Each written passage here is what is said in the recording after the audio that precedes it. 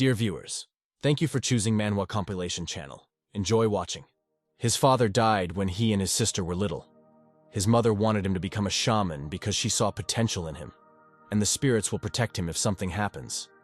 But if he chooses a different path, he will get into big trouble.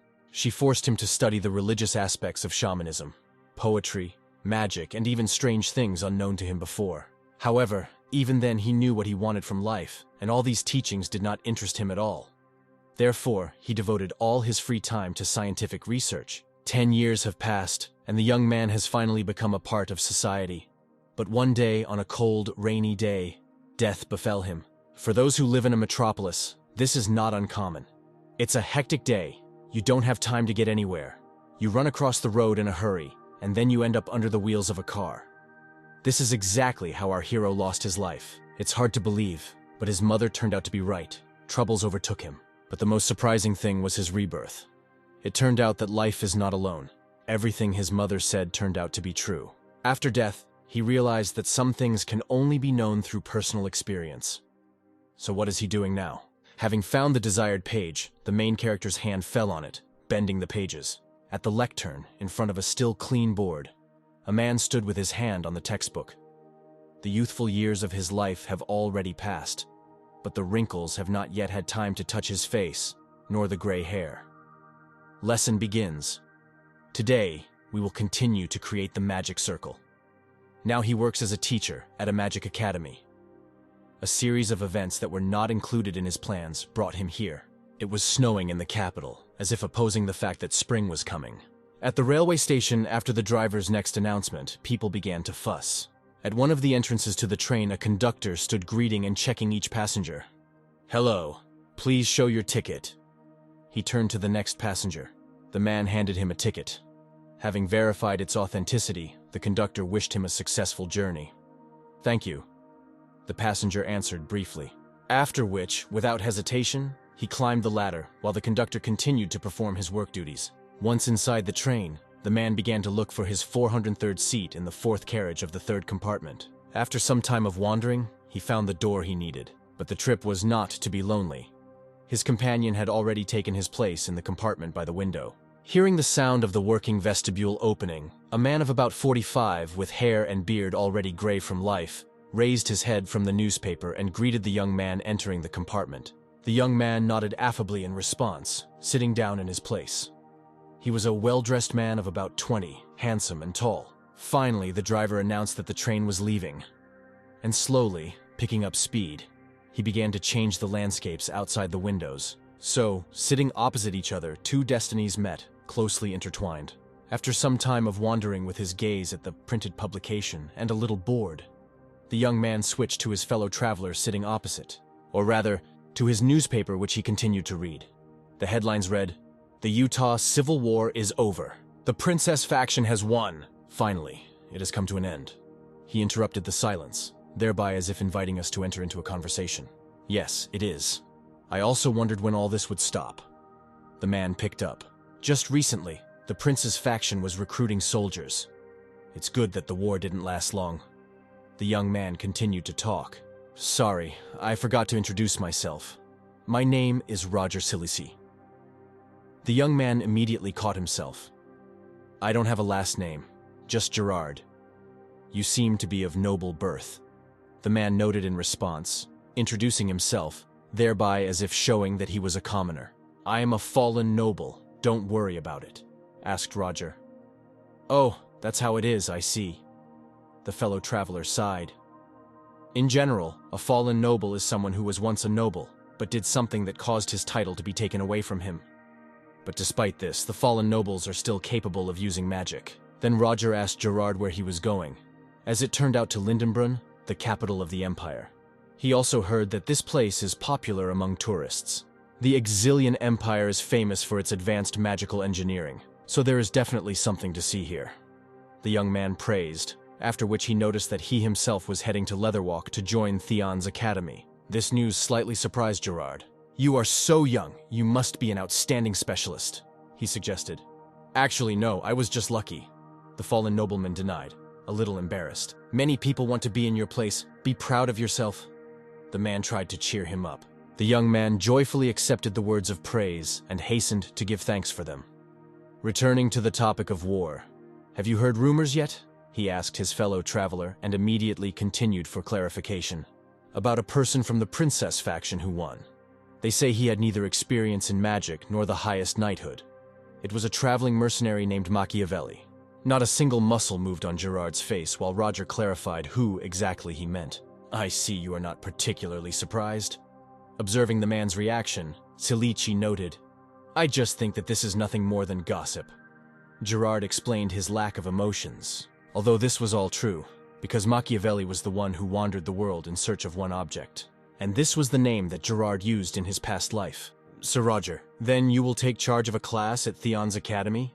The man tried to change the subject. Yes, I will be responsible for second-year students, the young man specified. Do you start immediately from the second year? You are more capable than I thought. Gerard was more and more pleasantly surprised by the young man's education. But Silici ignored the words of praise. Now he was interested in something completely different. Is there something wrong? Asked the gray-haired man. But then I myself felt something was wrong. Wait, now. He tried to exchange suspicions about what was happening with his companion. How one of the train cars exploded. What's going on? Roger almost shouted, barely holding his place with Gerard. Did the engine explode? The young man expressed his worst fears.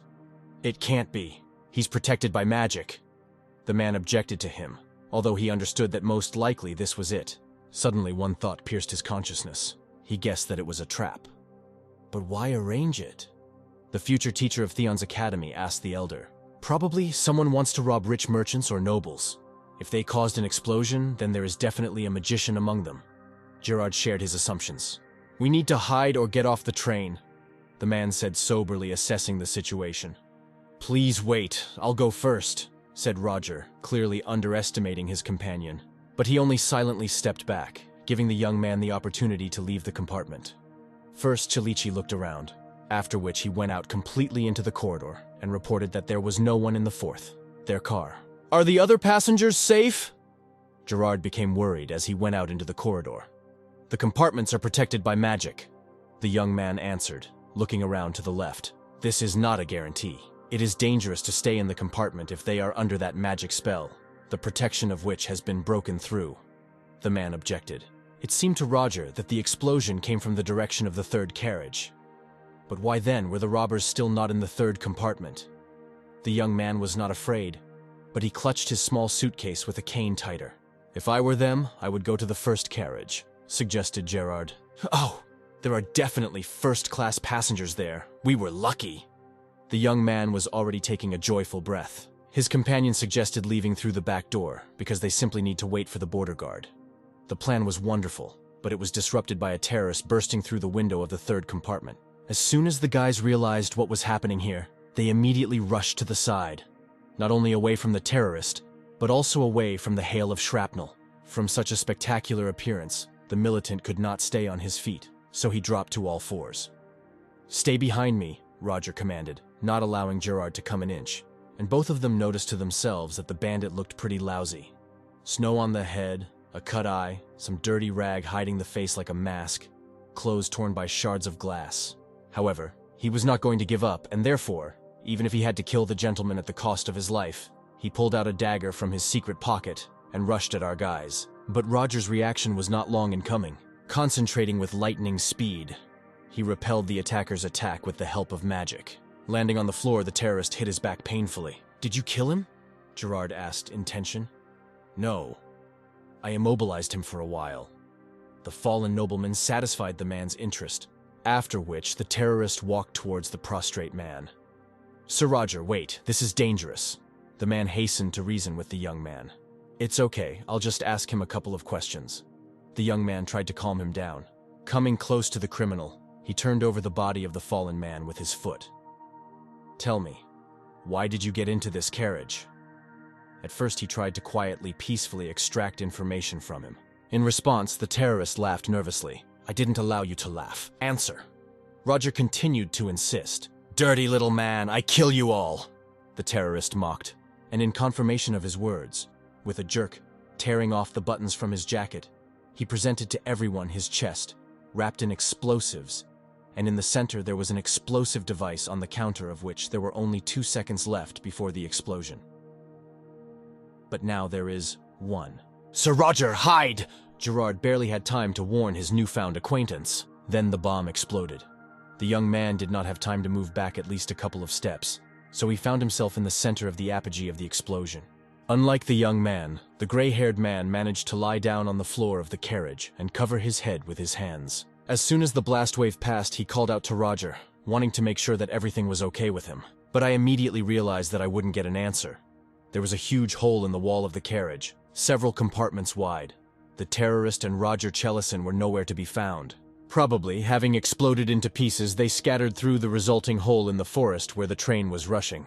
In such a short time of acquaintance, Roger created the impression of a good and charming person, so Gerard was sorry for the fate that befell him. But he immediately switched to himself. On the left cheek, closer to the chin, under the layer of skin, another slightly younger skin was visible.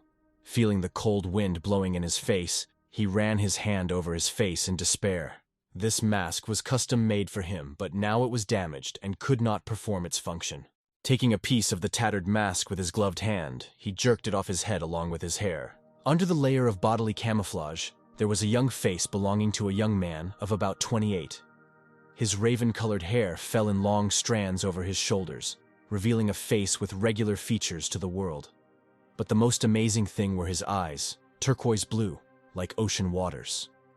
The only question the young man wanted to find an answer to was, why is he constantly involved in some kind of incident?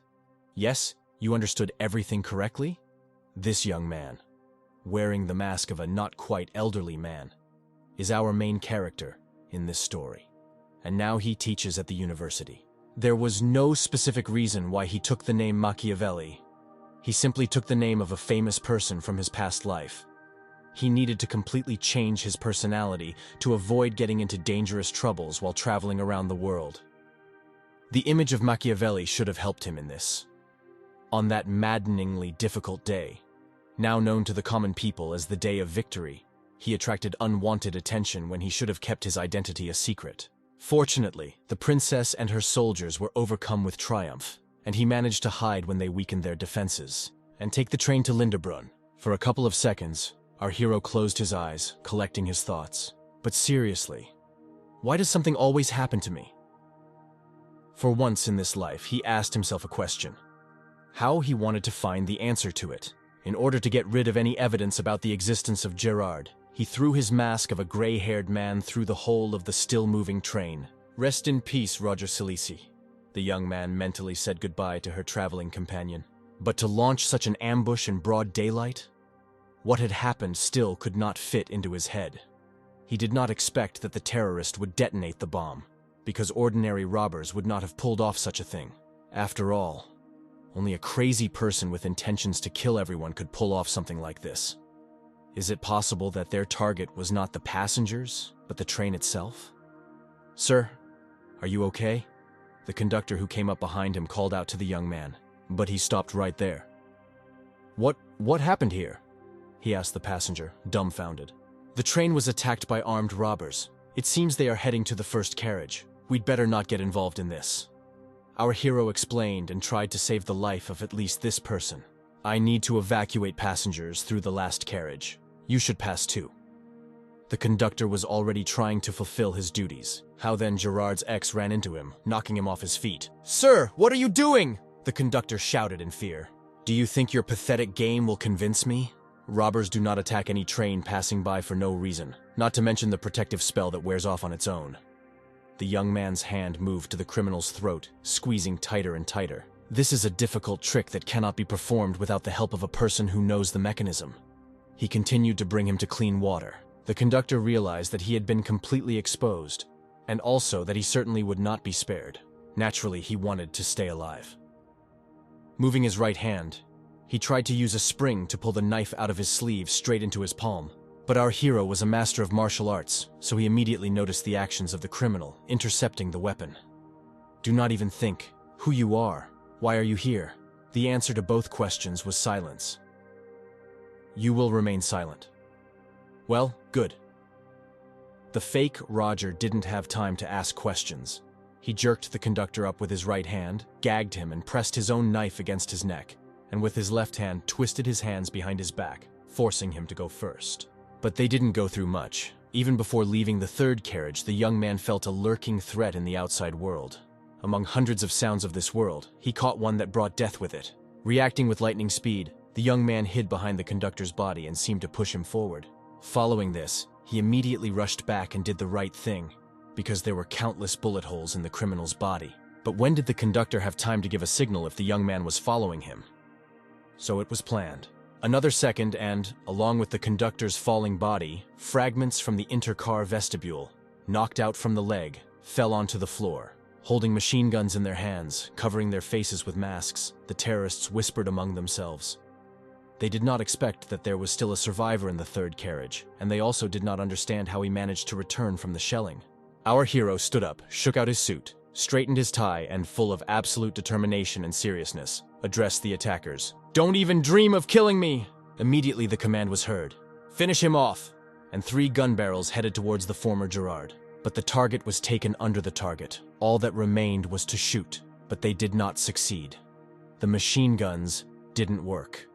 Now the militants have switched to their weapons, because without them, they are nothing at all. Here one of them, fingering the machine gun, stared with fear at the surviving passenger. After all, the worst happened.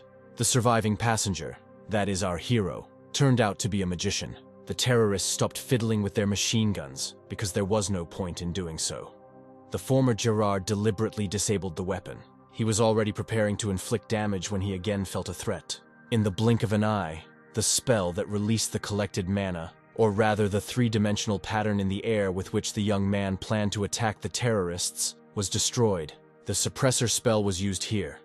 But the young man did not expect that there would be a magician among the criminals on this train, so it was. Among the group of military men, one man stood out. From his clothes, a long cloak, a fur hood, and a cane, it was not difficult to understand that he was the boss among everyone. More terrorists ran up from the 4th carriage. Now, our hero was surrounded on both sides. Well, except for the hole in the wall that kept moving. "Give up, don't twitch, and then I'll give you a quick death," the magician promised, although he felt that the young man who appeared before him was an unusual magician, perhaps even a 4th rank, like him. However, he was unfamiliar with his face. Our hero rolled his eyes tiredly. He didn't understand why these people were so stupid. Although 10 minutes had passed since the explosion, it would take him a long time to leave the Arret Mountains, and he can't just stand there and wait for reinforcements. There was only one option, and the young man immediately brought it to life. Without hesitating for a second, he jumped into the hole created by the explosion earlier. The head of the terrorists did not expect such an outcome. He ordered one of his subordinates, a very young guy named Hansen, to check if this was true. Barely able to stand on his feet, Hansen stuck his head out of the broken train, little by little looking out. "I don't see him," he shouted, after which he suggested that the survivor must have jumped off the train. "Maybe we scared him?" Hansen continued to put forward a theory, but he was immediately shot. "From above, he's on the roof," the bad magician guessed. But how did he use the magic of flight? Is it possible to do this while the train is moving? The terrorists whispered. "Shut up and find him," the leader hissed at them. The subordinates immediately hastened to carry out the order. But their leader had not finished yet. "He is a magician. We cannot use all our powers against him. A few people will stay here, the rest will go to the 1st carriage." That was the order. And so the muzzles of the machine guns were directed towards the surviving passenger. The militants spared no ammunition, and the young man, gritting his teeth, managed to dodge the bullets with all his strength, carefully balancing on the roof of the speeding train. "He heads to the tail of the train, follow him," the head of the criminals ordered. The former Gerard got on the train and immediately put his hand on the carriage, inside of which there were terrorists. And then an explosion thundered, allowing him to win, but a very short time. There were no casualties here. Several guys charred, did not get up again. Trap! How did he do it so quickly? The surviving passenger instilled more and more fear in the terrorists. "He is different from the magicians I have encountered. The efficiency and results of his work are on a completely different level." The head of the terrorists both admired and feared the young man. The surviving passenger reminded him more and more of a hunter than a magician, and perhaps even a mercenary. Suddenly the terrorists all became silent, listening to the world around them. A sudden guess pierced the consciousness of the bad magician. Barely having time to shout to his subordinates, he separates the cars to avoid, as he immediately rushed away from the third carriage. How come I didn't guess before he wasn't going to fight us? It was pounding in his temples. Just a little more, and he will be able to prevent this. But it was already too late. The disconnected cars slowed down, and the terrorists could only watch with sadness after the departing train.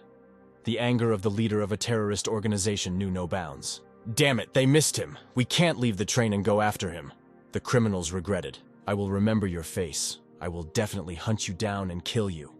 The head of the bandits promised himself. But then I felt powerful magical energy.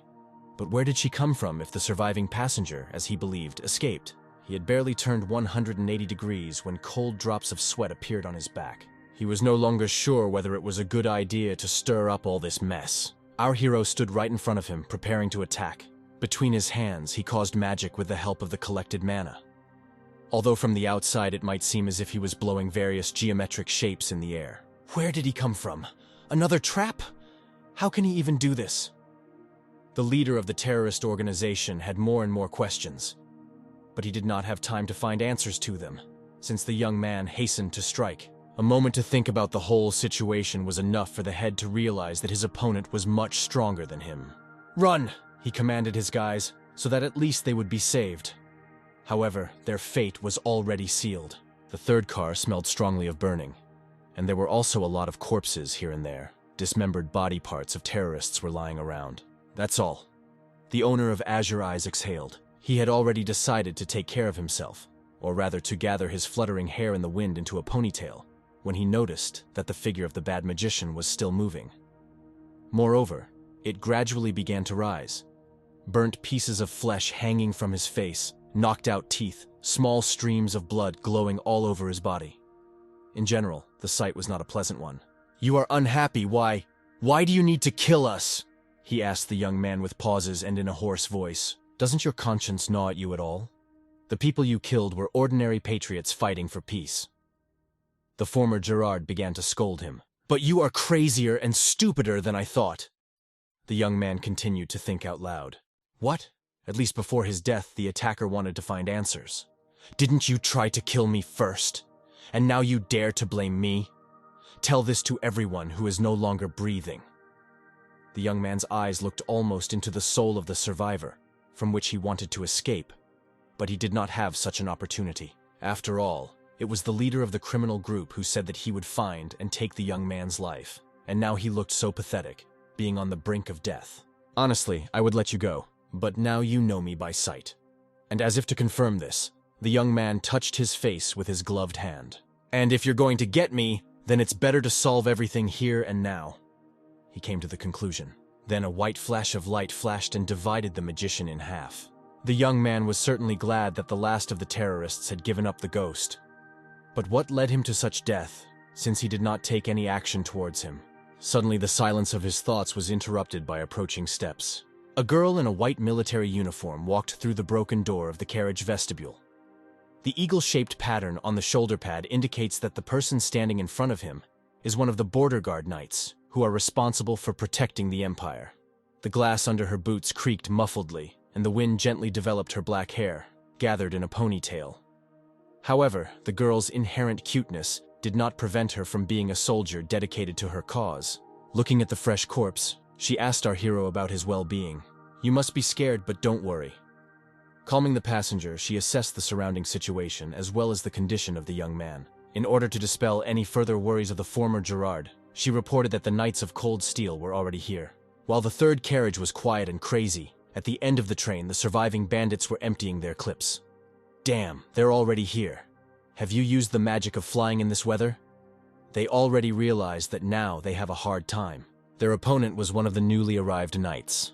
Burning with the desire to quickly end all this, he rushed to neutralize his opponents. The terrorist standing in front had weak legs from fear. He had already resigned himself to the fact that he would be the first to lie down in this carriage, and now sincerely hoped that he would not feel much pain.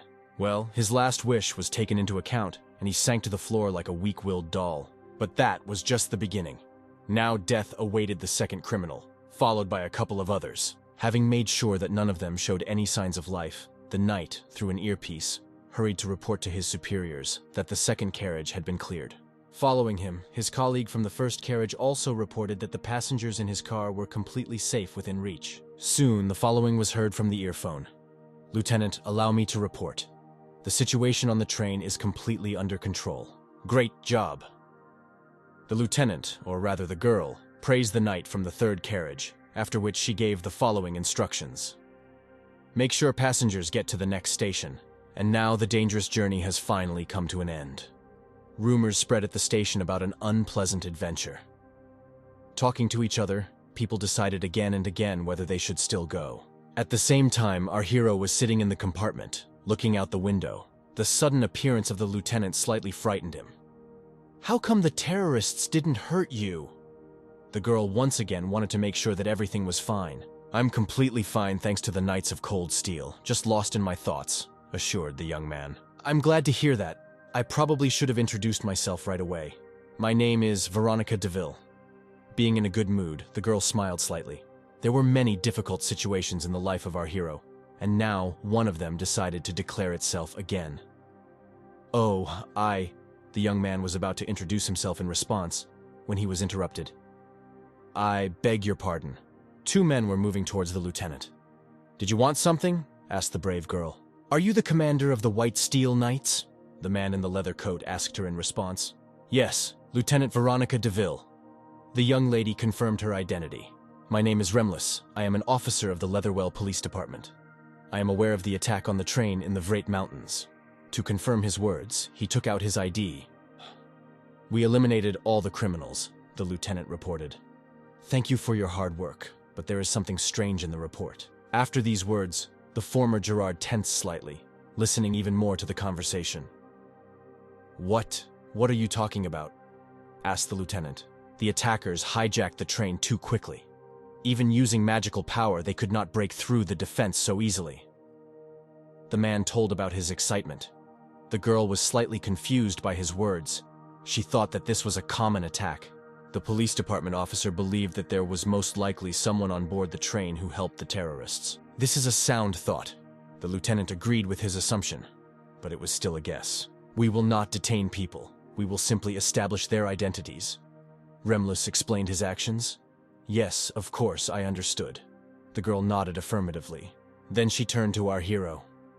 "You heard? The main thing is to answer honestly and everything will be fine." The young man agreed with her but swallowed tensely to himself. After all, now he is in big, very big trouble. There was nothing suspicious about his former identity as Gerard. He went through ticket control as expected and boarded the train legally. But the problem was in the person of our hero because you definitely won't give him 45 years. If he comes under investigation, sooner or later his secret will be revealed and he will be hanged, because falsifying an identity card is considered a crime in any country. And if you're lucky, you'll be subjected to severe torture. The first and most effective option is to escape. But he immediately brushed it aside, because the train was full of knights, and there were police on the street. He is, of course, a powerful magician, but it was too risky to resist such a number, and even with such a large number of innocent people. In addition, the lieutenant is merciless towards criminals. Now she is smiling and having a conversation with him. But as soon as they begin to suspect him, the young man will immediately suffer death. "Are you okay?" Remlis returned from the stream of anxious and exciting thoughts into this world. "I'm sorry, it took me a while to get the passenger list." "You don't have to worry. Just verify your identity."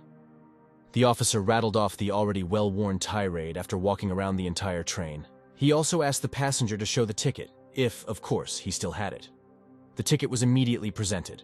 "Place 403rd, Remlis' assistant read. "So, 403, let's see.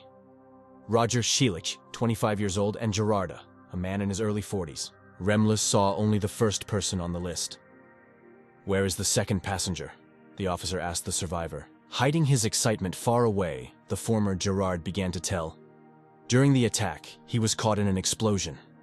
It happened when we were driving through the Vrate Mountains, and he fell off a cliff. For another split second, the policeman looked closely at our hero, while he tried to restrain his impassive expression. Although the young man did not show it, and was outwardly calm, inside he hoped that everything was going according to his plan. Before leaving, Remlis asked to remain where he was. But here, Veronica DeVille intervened in the chain of events, who stated that the surviving passenger could not be a suspect. "Sorry?" the officer asked her. "When we arrived, he was fighting terrorists. Would a traitor behave like this?" The lieutenant asked a rhetorical question. Did he fight with them? The girl's testimony significantly changed the course of the case. "So that's what happened. I'm sorry, Mr. Roger." The officer hastened to apologize for his suspicions. Now our hero, masquerading as Gerard from the beginning of the story, has turned into Roger Salici, a fallen nobleman. All the same, they were more or less similar in appearance, and what's more, they were no longer alive. "What? Have you been hired at Theon Academy?" Remlis was surprised to reread the information about the passenger. "Is it true?" Now Veronica tried to look at the documents. Their admiration knew no bounds. Well, they didn't expect to see such a person on the train. Fortunately, the young man knew how to keep himself under control and also when to play along. Taking the suitcase and putting the dead Roger's hat on his head, the young man introduced himself. "Yes, it is. I'm the new Professor Roger Salici." After getting off the train, the officer still couldn't find a place for himself. "Once again, I apologize for the inconvenience, Sir Roger." Like a true gentleman, Salici continued to reassure the man. "No need to apologize. I was able to get here thanks to you." But then Remlis offered to take him to the academy. But this would have caused unnecessary problems for our hero, and he hastened to refuse. "The future of our empire is in our hands. How can I not accompany you?" the officer objected. "No, it will be better if you two leave me alone," thought the young man, and he said out loud, "I have things to do, so I can't keep you any longer."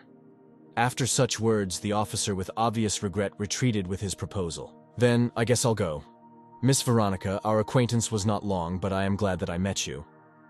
Salici said his final goodbyes. "Mutually, Sir Roger. Perhaps we will meet again," the lieutenant suggested in a good mood after the leaving young man. But he did not hear her words, because he was already too far away, hiding in the crowd and trying not to stand out. Our hero was glad that he was able to pull off such a deal. He mentally thanked dead Roger for this opportunity, to take advantage of him, hiding behind his identity. But he was also no less grateful for saving his life. I was also sincerely glad that the quality of the photographs left much to be desired, because it was difficult to distinguish him from the real Roger from the photograph. Now that the problem is solved and he is fine, all he needs to do is hide and create a new identity. It was an amazing plan, but it immediately failed miserably. Suddenly our hero was called out. "Sir Roger Salici!" The young man turned towards the voice. "I recognized you. I saw you talking with the knight." A gray-haired man in a black suit, not quite an elderly man, was in a hurry to approach the owner of Azure Eyes. "My name is Wilfort. I work at Theon's Academy. Having heard about what happened, I came to meet you." The newfound acquaintance introduced himself, after which he expressed his joy that he was not injured and asked Roger to get into the carriage so that he would take him to Theon. This appearance of Wilford in his life did not please the young man at all, but there was nothing to do. Resigned, he allowed him to fulfill his duties. A couple more minutes and the crew set off. Unlike the carefree Wilford, who was driving a mechanical horse, Roger was deep in thought. This is bad. Everything was bad. The academy ordered him to meet Roger, who was not the most ordinary worker. He had a toned body, moreover. Our hero did not notice how he ended up nearby. Perhaps he was a knight in the past. If the young man decides to run away using stupid excuses, then it will seem suspicious, and Wilford will follow him. It would probably be better if he postponed his escape. Since Gerard was presumed dead, his personality has been nothing more than a ghost in this country. This means that if he disappears, no one will notice. Still, it was good that now he had an ironclad alibi, and as long as he was not hiding, he could calmly live the life of Roger Salici. Meanwhile, while our hero was in not very cheerful thoughts, the crew arrived at their destination. The gates of the academy kindly opened, showing my hospitality. Incredible architecture, abundance of greenery, majestic historical monuments. It was not just a university, but a real work of art. "Sir Roger, we have arrived," Wilfort said. Before getting off the carriage, Salici looked out of the window and his surprise knew no bounds. "What?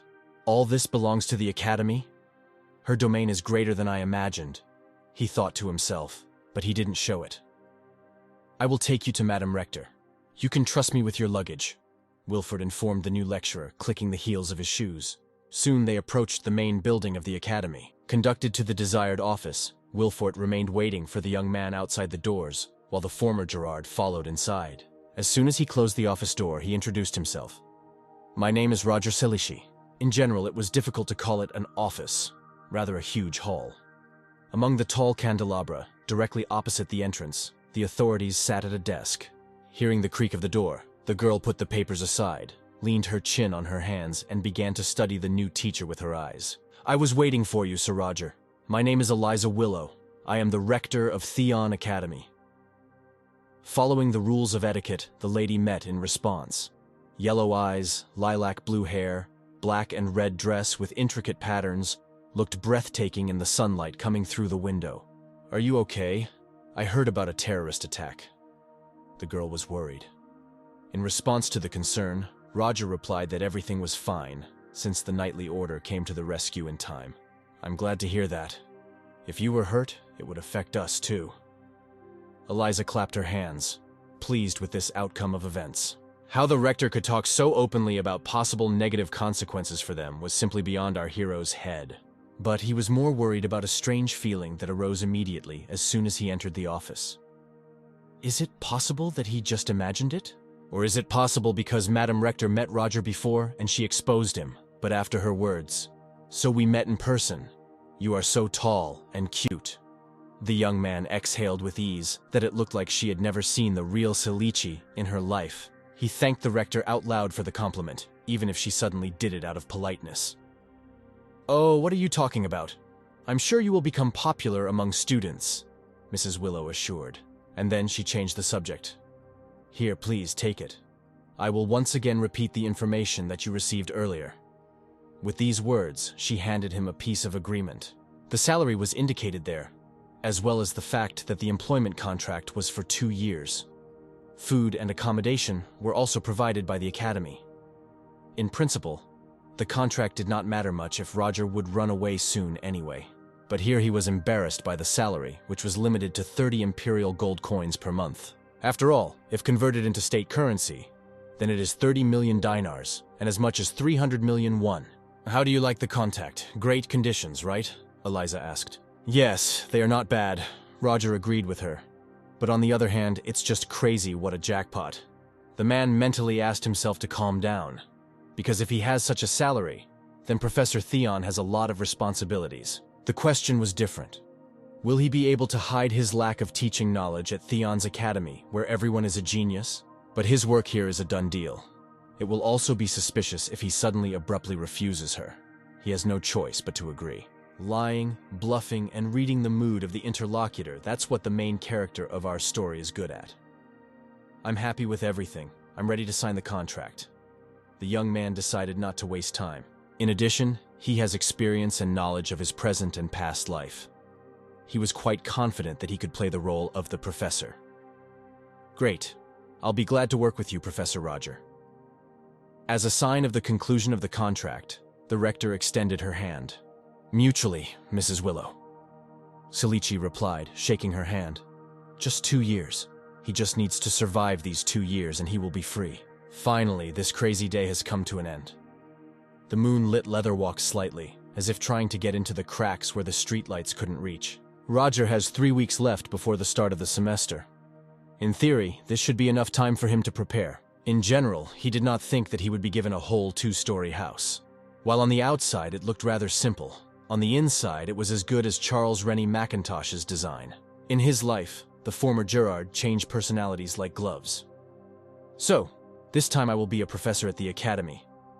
He addressed himself out loud, after which he indulged in memories. Having entered this world 27 years ago, he was reborn, retaining all his memories, but lost his abilities. Now the young man could not rely on his parents, only on himself. He faced many difficult trials, but he never thought that he would become a professor.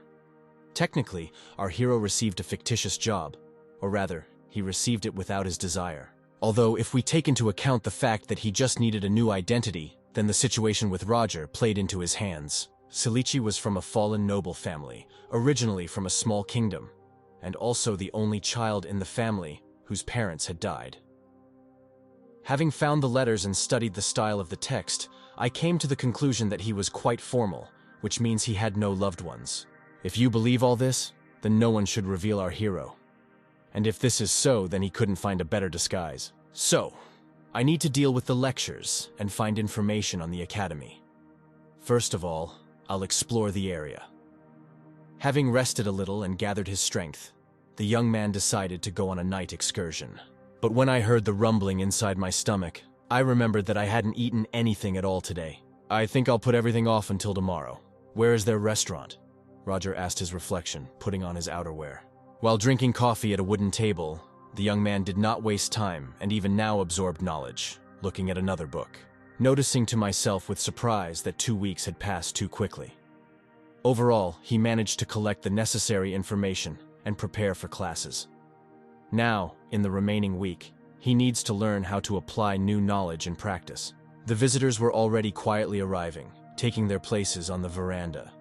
Seiichi already had enough contacts with people, so he decided to quickly finish his coffee and go home, and start preparing for the introductory course. Busy with his thoughts, he did not notice how a girl sat down behind him, with her back to him, at the next table. Large sunglasses helped her blur her features, and a hood pulled over her head helped her hairstyle. Trying not to attract too much attention, she said quietly, "I'm glad you're safe. I was worried that something could happen to you." Roger was not stupid, and therefore understood that the words were addressed to him. For some time there was silence in the air between them. "Why haven't you been in touch for 2 whole weeks? The rest of the organization is also worried about you, First Order." Trying not to betray her excitement, the girl bombarded him with questions. Roger continued to drink coffee, trying to buy time for himself. Having come up with a truth-like lie, he lowered the cup onto the tea saucer. "I had to check something." The fallen nobleman tried to explain his actions. If he understood correctly, then he is being followed. Or rather, Roger Seiichi. In a slightly guilty voice, the girl said that the terrorist attack was a surprise for them, because they did not know that the rebels were planning an attack. "I need information about the academy," the lecturer interrupted her. But it immediately turned out that before Roger arrived at the academy, it had already been sent to him. I had to make sure that it was reliable. The young man tried to divert any suspicions from himself. "Ah, I see," the girl answered. Only Roger didn't understand anything, and especially what exactly is going on here. Now he must try not to arouse any suspicion. "So you took care of everything?" "I tried to start a conversation about nothing. Of course, before meeting you, we dealt with the main figures of the academy whom we were targeting, and also tracked down and eliminated the traitor to the organization. As far as I know, the traitors were fed their own limbs, and the remains were thrown to the dogs. Isn't this a worthy punishment?" Although Seiichi did not see the girl's face, he was sure that she felt pleasure while telling him this. Our hero was sincerely glad that he was not communicating with the representative of the organization face to face. Otherwise, she would certainly have suspected something was wrong with him. Or rather, with his reaction to her words. If she told the truth, then everything is very bad. The chances that Roger will be able to quietly leave the organization are small, and if he leaves, for fear of information leakage, they may finish him off. But first of all, he must calm down. A cool head always thinks better. "Oh, sorry, I should have verified this personally before reporting to you." The stranger immediately caught on. "It doesn't matter. Tell me, what is the reason for your sudden appearance?" Although Roger pretended to know everything perfectly well, in fact, he had no idea what she was talking about. "You have been in this place for a month, but still have not contacted us." The girl began to make a claim. "So you decided to take matters into your own hands?" The young man clarified about her self-will. "Sorry," the stranger apologized. "Be silent." The professor closed her mouth. "You also attract unnecessary attention with your appearance. You get on my nerves." Tried to turn on the whole terrible and angry Seiichi. "Do you want us to be noticed?"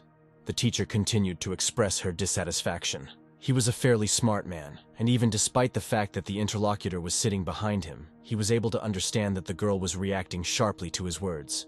He was sure that she was afraid of the real Roger.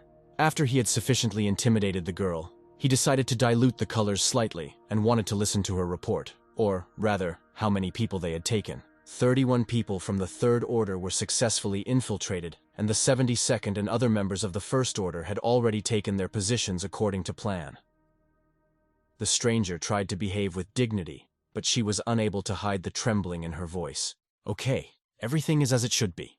If the report is over, then we leave. Roger made a decision. Oh, yes, sir. Next time, come to the predetermined place. The girl finally gave instructions. But after Roger's phrase, "Are you telling me what to do?" I immediately grabbed the chair with my hands from tension. Before leaving, the young man decided to finally finish off the representative of the secret organization. How dare you give me orders? Once at home, Roger, instead of rehearsing his first lessons, began rereading the letters. It was not for nothing that the fallen nobleman was offered to teach at Theon's academy, because he was the youngest magician of the 4th rank. Our hero reproached himself for not feeling something was wrong earlier. In fact, Roger Khaleesi's personality seemed ideal, because it was specifically created so as not to arouse suspicion. Otherwise, he would not have been able to infiltrate the academy. Those letters that the young man found were most likely encrypted. There were so many thoughts that his head gradually began to split. He miscalculated and could not believe that he had gotten himself into such a mess with his hasty actions. Gathering his strength, False Roger sat down at his desk, rereading the letters again and again. It seems his predecessor used the Cryodensian language to encode the message. The construction of the sentences immediately seemed strange to him, but he did not think that it was a matter of the First Order, the task of which is to infiltrate the academy and gain everyone's trust, and then periodically report on progress. But this was not the only thing that worried our hero. He bowed his head over the table and thought deeply about this situation. The more he thought about it, the less he believed it. How could the head of a secret society die in a terrorist attack? He is also one of the strongest members of the organization sent to the academy for espionage. Such a person should have survived, although there is no point in condemning a dead person. Just think, it turns out that another one has been added to the secrets of the new Roger. This whole story between Theon's academy and the secret organization, the young man found himself as if between two fires. It may even be good that the latter contacted him. According to the Morning Stranger, the secret society consists of 4 bodies: 0, 1st, 2nd, and 3rd. Even though he doesn't know anything about the Zero Order, he at least knows about its existence. Now it's worth finding out about who else the First Order sent. After all, if this person knows the real Roger, then there is a risk that he will be declassified. And now the most important thing is not to get caught. Having considered the situation from all sides, the young man came to the conclusion that the best option for him would be to use Theon's academy to get rid of the secret orders, since a secret organization would not be able to withstand a powerful academy, no matter how strong it was. First of all, he should get the necessary information without any of the parties guessing about it. Oh, this game on 2 fronts is giving me a headache, the young man turned to himself, rubbing his forehead, squinting in the light of the oil lamp. However, his future fate did not please him at all. It seems that 2 difficult years lie ahead of him. But then a week passed, and the first day of school arrived. Students roamed animatedly through the corridors of the academy, chatting cheerfully. Little by little, there were fewer and fewer empty seats in one of the classrooms. "Guys, have you heard the news yet?" One of the students started the topic. When the required amount of attention was paid to him, he continued. "The subject of the theory of spells and visual representation of elements will be taught by a new professor for the 2nd year." The news was not stunning, but it aroused interest. Looks like he knows his stuff. Others picked up. One student unwittingly overheard their conversation. However, this topic soon became very interesting to her. They had no other choice, since the former professor suddenly resigned. What else could he do when the student disgraced him in front of everyone, showing that she was more capable than him? The cadets continued to discuss the events of 4 months ago.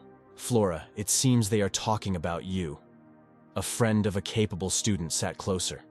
Her wheat-colored hair was cut into a bob, and her blue eyes held innocence. "God, what did I do?" She tried to brush it off. Dark hair with a bluish tint, yellowish eyes, a wonderful figure and innate charisma in the ensemble with confidence, and the girl's authority could not be doubted.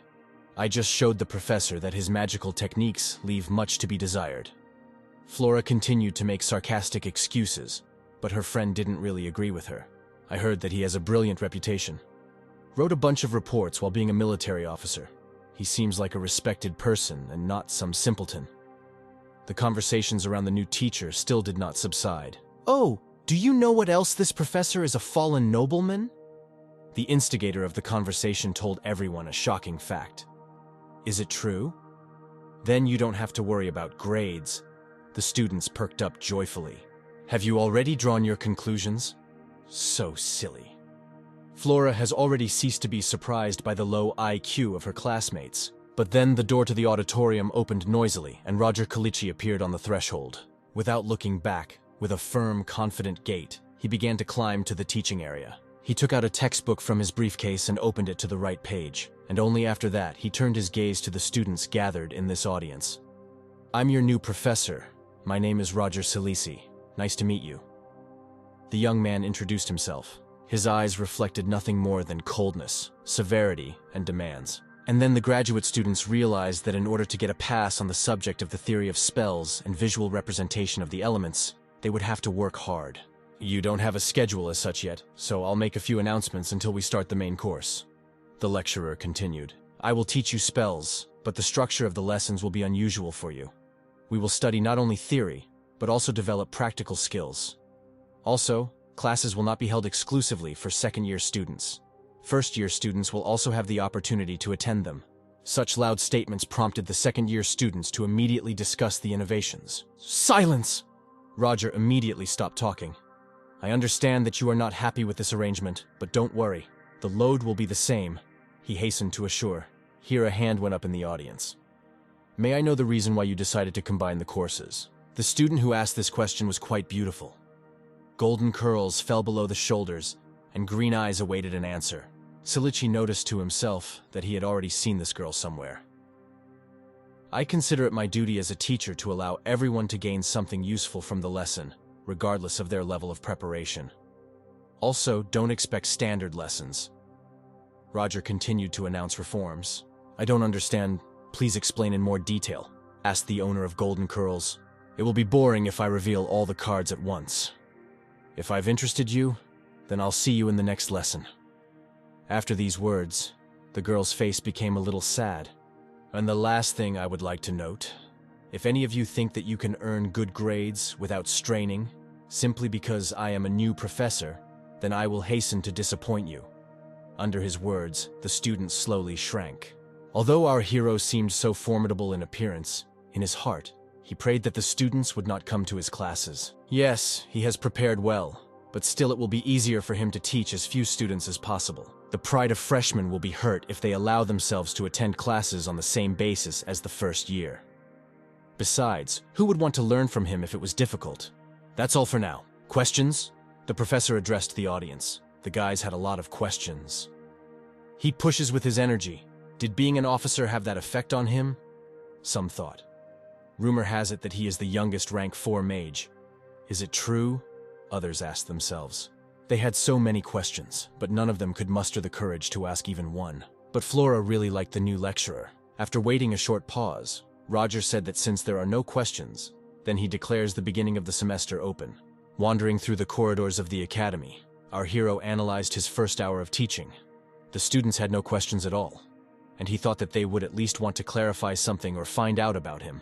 Although, on the other hand, this is even better for him. He never needed the answers prepared in advance. Is it possible that they deliberately remained silent? Maybe he should have been more friendly? I probably hurt their pride, Roger thought. But then he noticed that as he moved around the territory of the academy, the world around him was somehow changing. When crossing paths with him, the students tried to behave as modestly and quietly as possible. Some even began to bow. In general, the students became quiet when they saw the new professor. Silichi did not expect that his first activity in life would have such an impact on them. But of course he didn't show it. Although deep down, he asked for their forgiveness. "Hello, you are our new Professor Roger, right?" Some girl turned to the young man. "My name is Selena. Nice to meet you." The professor was very beautiful in appearance, and her pink suit gave her petite figure a sophisticated fragility. Besides her slightly pinkish hair, what caught my attention was her warm smile. It turned out that it was her first day working here too, but Roger chose not to waste pleasantries. "That's it, mutually.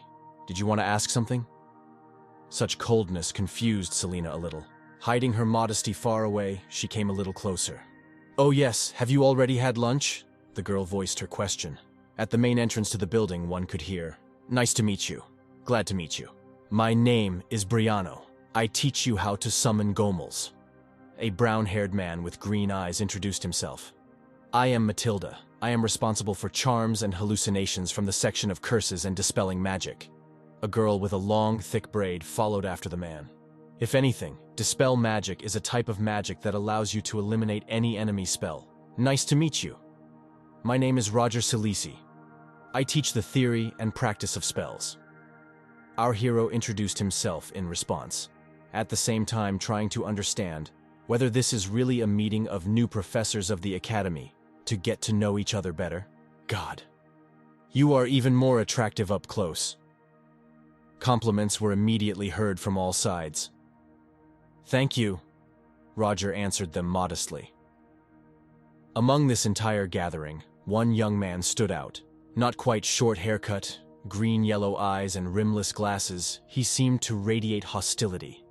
Diligently examining the professor of the theory and practice of spells, Salici noticed his intense gaze, turning his attention to him.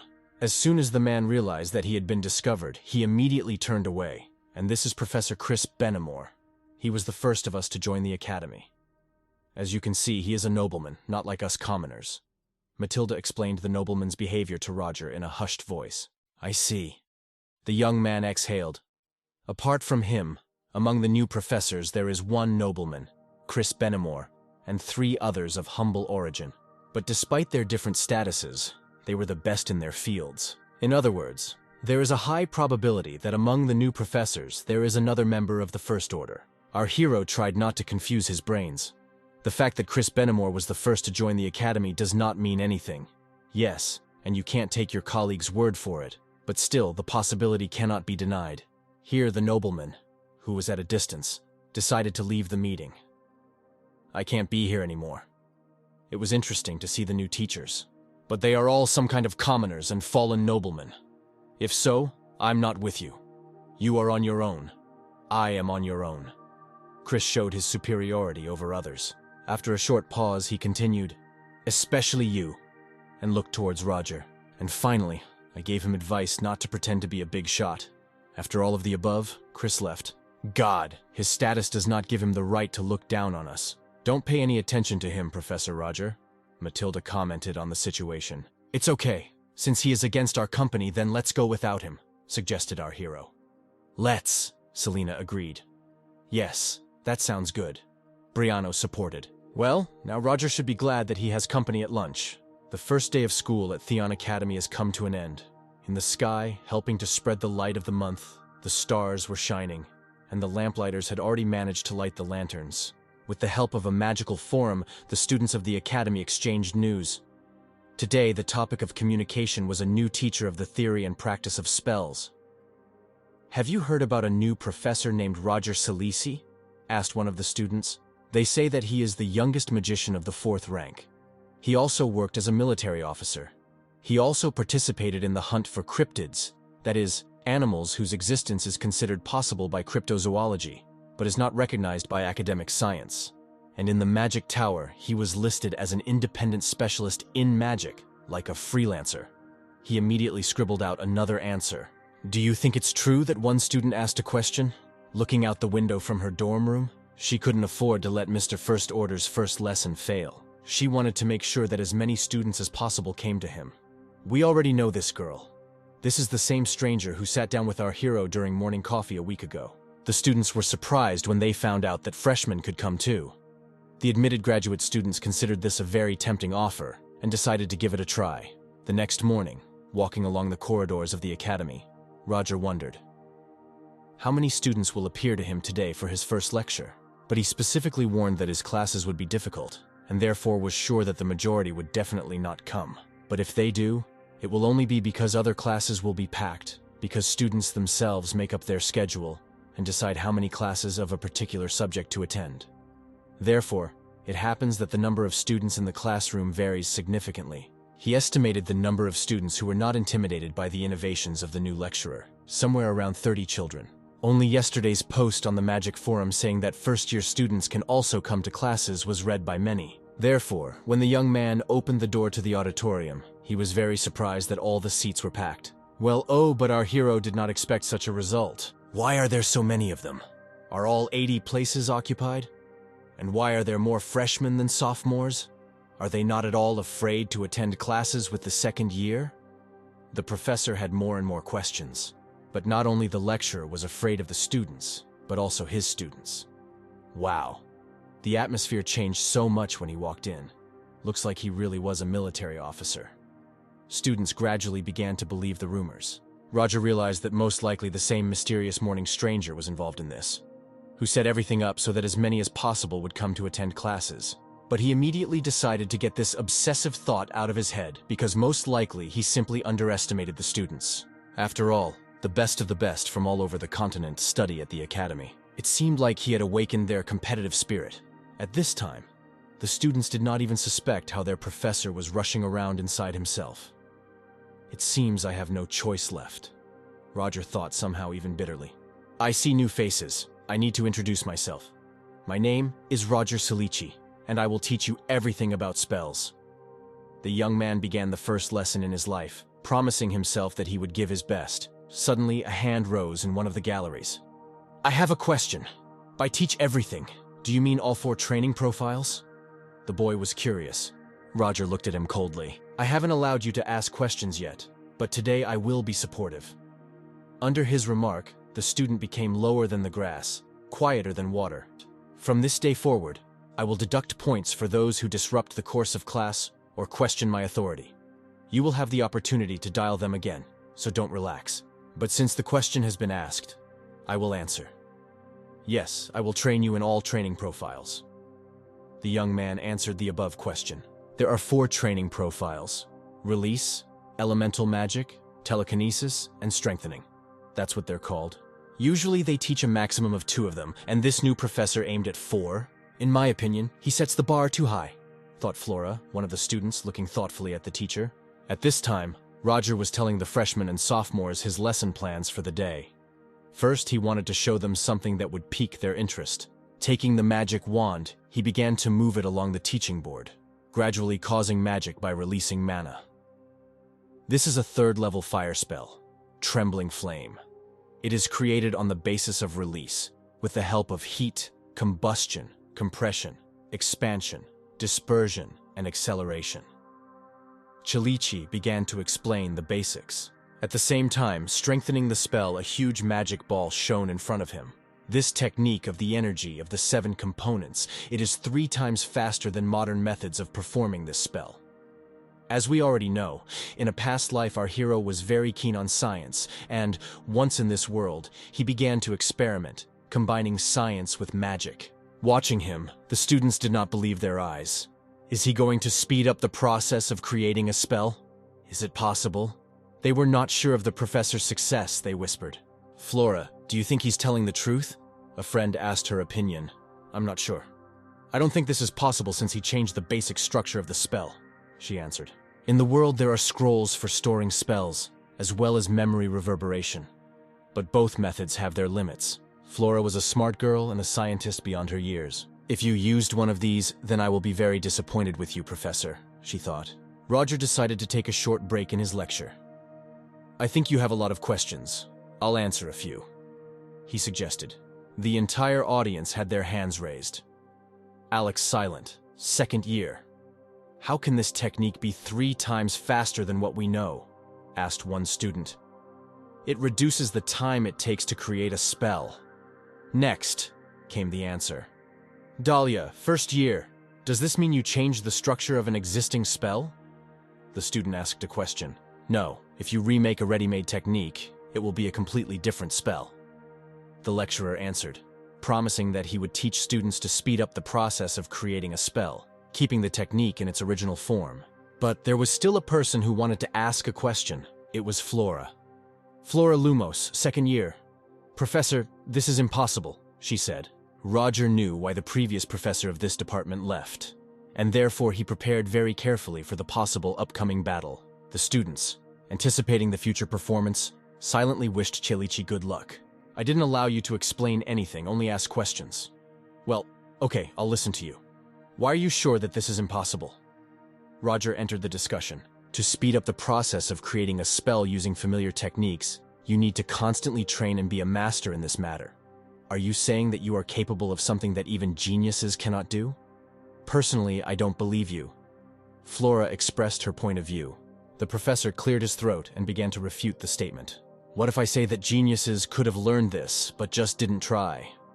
After these words, a wave of misunderstanding passed through the audience. Magic stopped developing because it was focused on history and customs.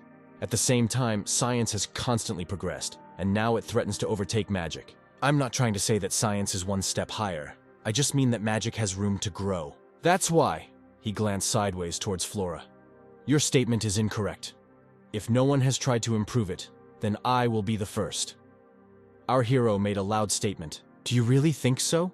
Asked Flora. What the heck? He only has a city with him that has lost all shame. That's all she thought. This is difficult to explain in words alone, so let me demonstrate. Flora, right? Do you know how long it takes on average to create a flickering flame? The professor continued the debate. Depends on the abilities of the magician. A mage who has barely crossed the 3rd rank will do it in 10 seconds. A mage of a higher rank will do it in 5. The student answered. True, but I believe that it is not necessary to rely on rank. Let's take you, my students, for example. Salichi agreed with the above. In this case, it will take at least 5 seconds, although I can do it faster. The girl announced. Your confidence is impressive. Can you go to the board and set an example for everyone? Suggested Roger. Okay. Without missing a second, Flora stood up and left her desk, heading towards the teaching area. The professor's provocative words did not frighten her. Once, and the energy of a trembling flame began to arise in the air. A small flash, 2, and she began to grow instantly, 3. And the spell was ready to come into effect at any moment. So fast? It is immediately obvious that she is the daughter of the Lumos family. Those around her admired the skill, casting glances at her to read. 4 seconds, 78 milliseconds. It's hard to believe you're in your 2nd year. Impeccable performance. Roger summed up the speed of casting the spell. Nothing special. Flora waved away the praise, proudly heading back to her place. But after the professor's words, it's still too slow. Immediately stopped dead in her tracks. The best time for a 3rd-rank magician is 4 seconds and 41 milliseconds. It falls a little short, said Roger. I'll speed up if I practice. The girl tried to assure about her abilities. 4 seconds and 41 milliseconds is also not a fast enough result. Salichi once again broke Flora in the last 15 minutes. Seriously? How fast is he according to his words? The students were more and more surprised by the confidence of the lecturer. See how to create a trembling flame, said the young man, demonstrating a spell with a magic wand. He understood that no one would understand his actions. Well, maybe only a real genius. Gradually, but very quickly, the mana began to form a spell. What is he doing? Is this a different technique? Flora realized, watching him. Unlike other magicians, Roger was able to cast a trembling flame spell in the blink of an eye. If until that moment Flora considered the new professor teaching the theory and practice of spells to be an ordinary idle talker, now she has changed her mind. The students jumped up from their seats, not believing their eyes. What was it? The spell took 1 second. No, even less! Screams were heard from everywhere throughout the hall. Arriving in shock, Flora Lumos thought hard. She noticed that it was not a flickering flame technique, and that the teacher had completely changed its structure. Did you see everything? I will repeat the spell for those who did not notice, said Roger.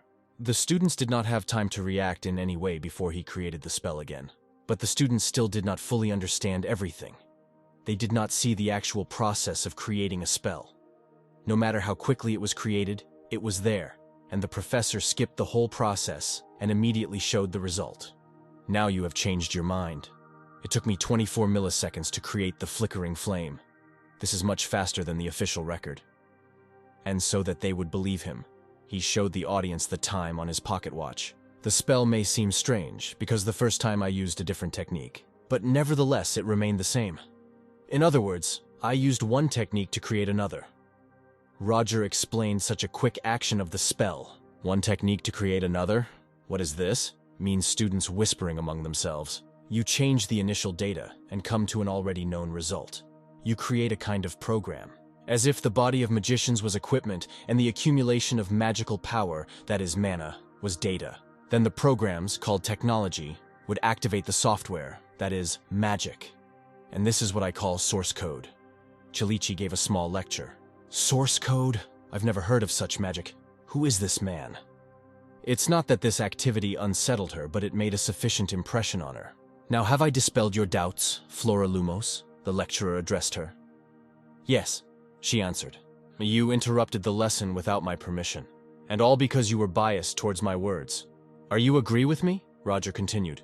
Yes, the student admitted her guilt. You acted unjustifiably rude towards me. Our hero scolded her. Therefore, Flora Lumos, you have -10 points, he pronounced his verdict. How can this be? Flora was fined? A cry rose from the audience. The girl had no choice but to grit her teeth in anger and accept her punishment. Trying not to lose composure, she turned around to return to her place. But she remembered the sad feeling of defeat forever. However, you showed the perfect technique for creating a trembling flame. Therefore, I give you back 10 points. The professor pardoned the second-year student. I respect diligent students. Well done, Flora, he continued to praise. It was both strange and incredible. Lumos did not understand the new teacher. Either he exposes her to ridicule in front of everyone, or he praises her abilities. She clenched her hands into fists and thanked him. Flora's acquaintances and friends sighed joyfully, rejoicing at this in the course of events. Flora, how are you? A blonde with a bob sitting next to her asked about her mental well-being. Her friend was very worried about her because she knew how strong her pride was. Everything is fine. Thanks for your concern, Cheryl, she answered. Okay then, my friend said joyfully. I was silently surprised at how quickly Flora let go of this situation. After which, in a good mood, she continued to listen to the lecture. But unlike Cheryl, Flora was already in a bad mood for today, although she didn't show it. At this time, Roger took off his coat, hanging it on the hanger. So, this was just an introduction. Now let's start the lesson. I will choose students who will listen to me carefully and teach them the source code. So work hard. The professor promised a reward for his efforts. The students really liked this statement, but they understood that this would require working hard, and not everyone agreed to this. But classes continued. Wow, I heard those students saying all sorts of stupid things about the professor, and I was afraid that I had come in vain, but I was mistaken in vain. One of the young people sitting in the audience came to a similar conclusion. He was a rather frail guy, however, but not so much that he would get lost in the crowd. He was distinguished by his green, slightly marsh-colored eyes and glasses. After sitting at this lecture, he finally understood why Theon is the strongest academy. The magic itself attracted the first-year students, like a bird flying home through an internal navigator. And what the professor showed seemed to him something wonderful. But the allotted time for theory and practice of spells was up, and the lesson was over. Feel free to review the material at home.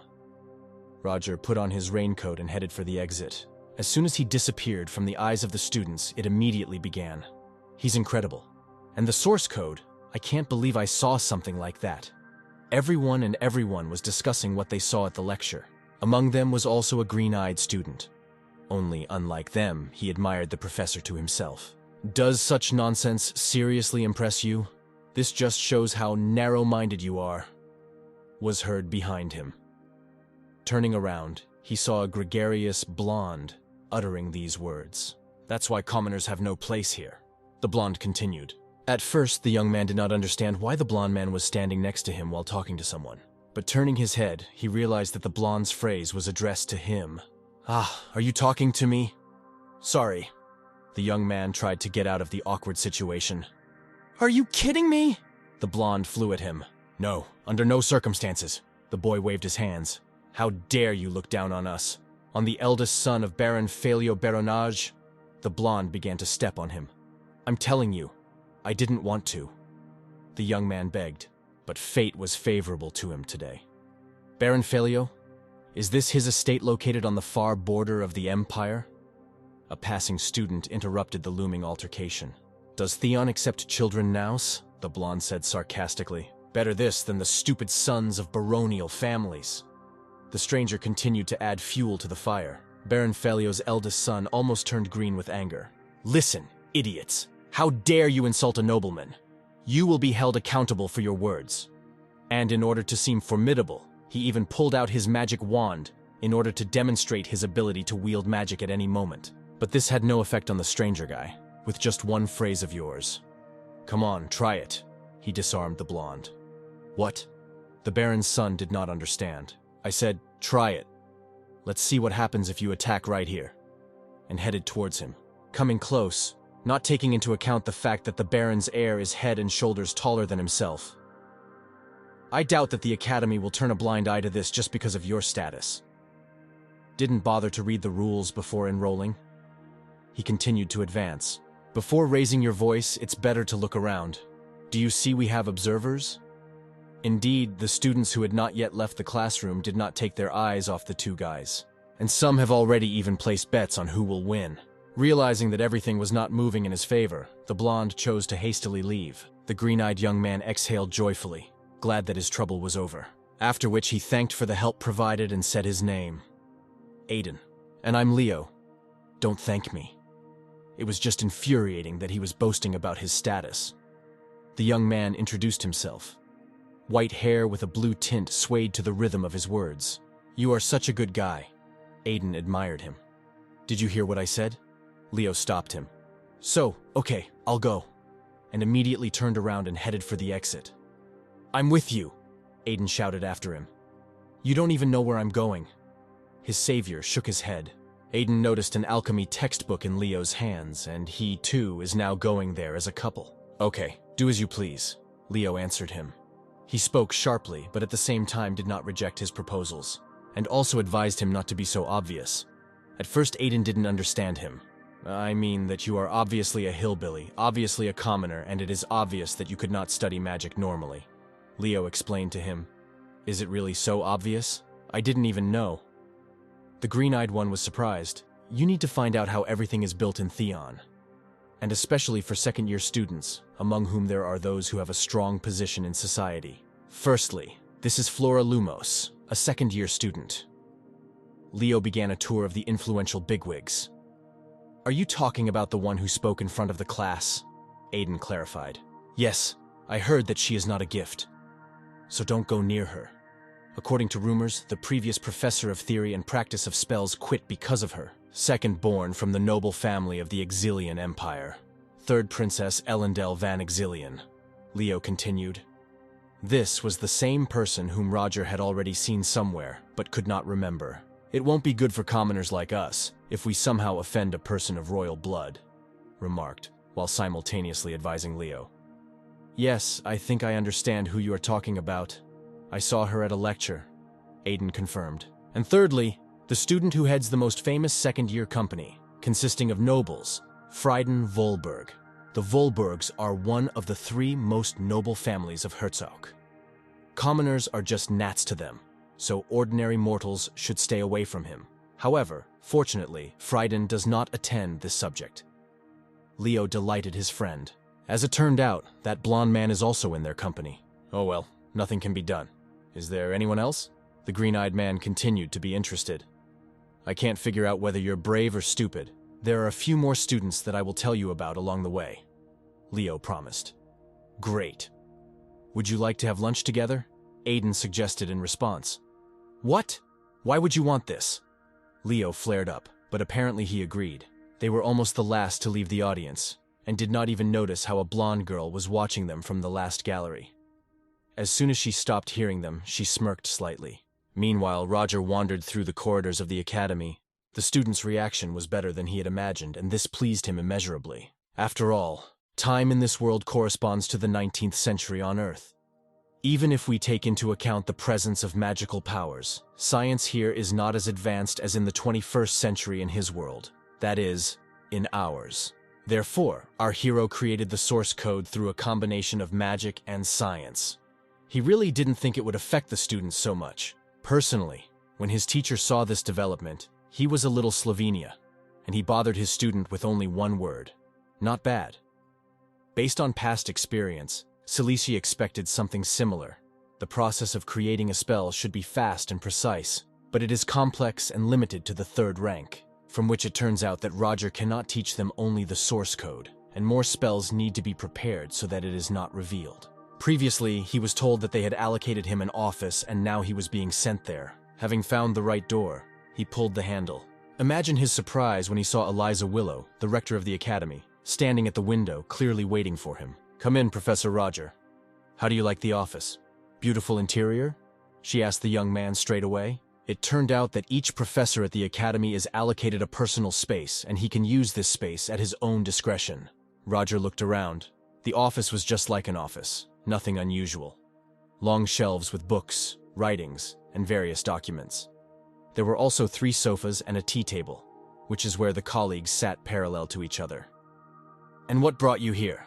Selici inquired about the purpose of the rector's arrival in his office. "Shouldn't I be here?" Eliza avoided answering. "I'm just interested in the reason for your visit. To be honest, you confused me with your appearance." Our hero admitted, "I just wanted to check how our dear professor was doing. As rector, it is my responsibility to keep an eye on you." The rector answered sweetly, smiling, and as if by chance she glanced at him. This is the umpteenth time I meet her gaze. Roger noticed that when this happens, he feels strange tingling sensations in his body. "You are so calm. I thought you would be surprised," the girl continued. "Sorry, but my portion of surprises is full for today," the young man answered her, although for him to stumble upon a ghost at night would not be so unexpected. What is this rector doing in his office anyway? But he continued to control himself. It turned out that when Eliza visited other professors, they were quite nervous when she appeared. The fact that she did not only visit him did not reassure Roger much. Why did Eliza leave it for last? Is it possible that she knows something about him? After all, no matter how well the organization hides itself, suspicious details will not go unnoticed by the rector of the academy. What if she really suspects our hero of something? But on the other hand, this is dishonest. Even though he runs a secret organization, he doesn't work for them. It didn't sound so crazy. "I heard that you invited first-year students to your lecture." The conversation did not start, but Eliza continued to persist. "Yes, I don't divide students into courses." Roger confirmed the rumors. "I don't blame you for anything. I actually agree with your teaching methods. There are some really strong guys among the new ones." The rector supported the idea of teaching Kalichi, after which she took out several papers and placed them in front of the professor. It turned out that the academy also has students who use unique magic. In any case, the princess is attending your classes, so try not to get into trouble. I'm not asking you to give her special treatment, it's just that it won't be easy to handle the situation if something bad happens. Willow commented on the unusual student. By the way, Roger didn't even know that a royale was attending his lectures. Eliza further announced that she had high hopes for the professor. She also congratulated me on the successful conduct of the first lesson and will no longer worry, since the students only have good impressions about it. For the sake of decency, the young man invited the girl to stay for a cup of tea. But much to Eliza's regret and Roger's joy, she refused, arguing this by saying that she appreciates his hospitality, but she has business waiting for her. Having wished him successful work, Eliza headed for the exit. As soon as she closed the cabinet handle, she exhaled heavily. In fact, Eliza was not alone. Wilford was waiting for her in the corridor. "Well, how did it go? Can you trust Mr. Roger?" He himself was impatient to find out about the rector's decision, but she herself didn't know. Walking measuredly around the academy, they discussed the past meeting. "I usually keep an eye on those who are the most suspicious, but I can't say anything for sure about Professor Roger," said Eliza. "That's how it is. If you, Madam Rector, get down to business, then everything will be decided soon." Wilford encouraged her, and Willow herself hoped so. She couldn't even think that he wouldn't even flinch when faced with her enchanting gaze twice. In order to resist this view, he had to be above the 4th rank. But the fact that the professor did not react at all to her gaze means that he held on through willpower. The rector had so many questions about the new teacher, but she knew that sooner or later, by any means, she would find answers to them. But at the same time, she fed herself for that terrorist attack on the train. After all, knowing that some secret group was operating in Theon, she had to be attentive to even the most insignificant details. What if that incident was just a ruse and the stranger took advantage of the chaos to take the place of the real Roger? This sudden thought seemed even to Eliza herself slightly abnormal. "What do you think about this, Wilford?" she asked the accompanying man for his opinion on this idea. "I don't even know what to say, but I'm sure that he is an unusual young man." He shared. "This is exactly what my old gut tells me," Wilford seemed to predict. "It never lets you down. But on the other hand, I'm not at all sure whether Roger's words can be trusted. So I'm going to watch him a little more." Willow shared her plans. As soon as the rector left our hero's office, he immediately collapsed on the sofa, simultaneously trying to calm down, gain strength, and collect his thoughts. He did not at all like such personal meetings. He felt that she was clearly interrogating him, although it doesn't matter, because he didn't do anything that she could accuse him of and decided to just continue doing his own thing. In order not to waste time, he decided to look at the lists of students. The first person Roger caught his attention was Flora Lumos. If you think about it like that, then she has the most influential and noble family. I won't have problems because of recent events? Shinichi asked himself a question, but I immediately stopped worrying about it. The girl shouldn't have taken his words to heart, as he even gave her extra points as a sign of reconciliation. This means the conflict is over. Immediately I remembered the words of the rector, that he got many wonderful students, starting from the first-year students, for whom the magic tower vouched, and ending with the princess of the Exilion Empire. Having realized this truth, I began to study the lists even more carefully. A couple of minutes later, he came across Aiden, whom we knew. While checking the information, Roger became thoughtful. Isn't this what Eliza told him about this guy practicing unique magic? The boy's face was already familiar to him, but he could not remember it. Soon, abandoning this idea, he switched to other students. In any case, he needs to remain alert.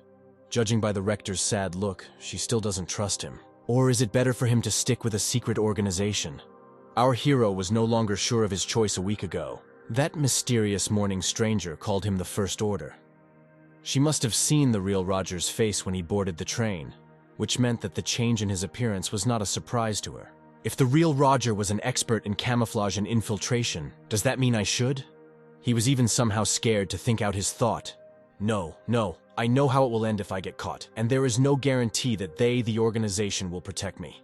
Now I have to remain a professor and do everything in my power. This is exactly the conclusion Shinichi came to.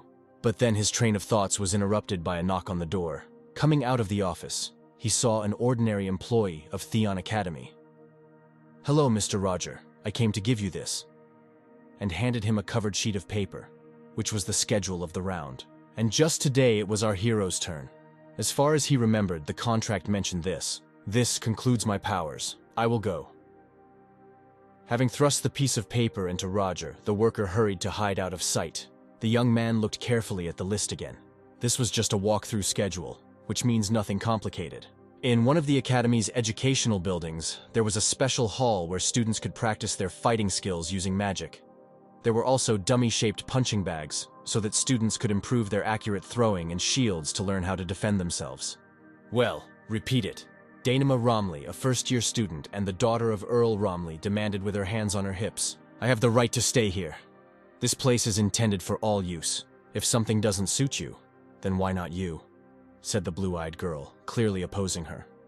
She had gray hair, which was rare to see in the Empire. "How dare such an uncouth commoner like you dare me?" Dynama mocked her. In order to show her good manners, the girl listened to her insult, after which she reminded her that, in general, in Theon, everyone is equal to each other, regardless of status and origin. "Ugly girl. They say this so that you and others like you don't feel left out."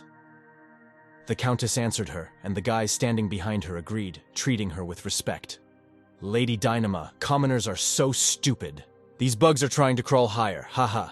They continued to mock the girl. Although no matter what even she said, they would not listen to her, and this bitter truth hurt her. "If you understand everything, then beg me to forgive you for your behavior." Now, Dynama has stepped over all boundaries of morality. Without reacting to her words, the victim of bullying headed towards the exit. "The commoner leaves, Lady Dynama? Ha ha!" And why did she stand her ground so stubbornly? I knew how it would all end. The guys rejoiced behind the offender, but she did not hear them. This plebeian decided to ignore my words. Such impudence angered her.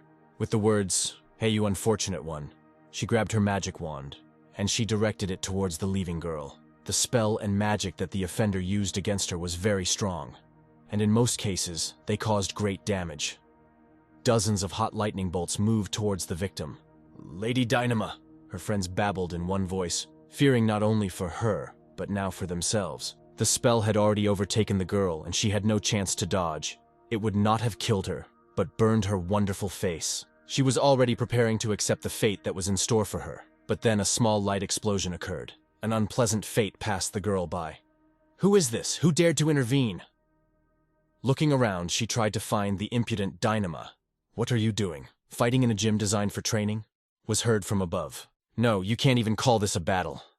Metallic notes were heard in the speaker's voice. The school year has just begun, and you have already run into trouble. What disrespect for Theon Academy.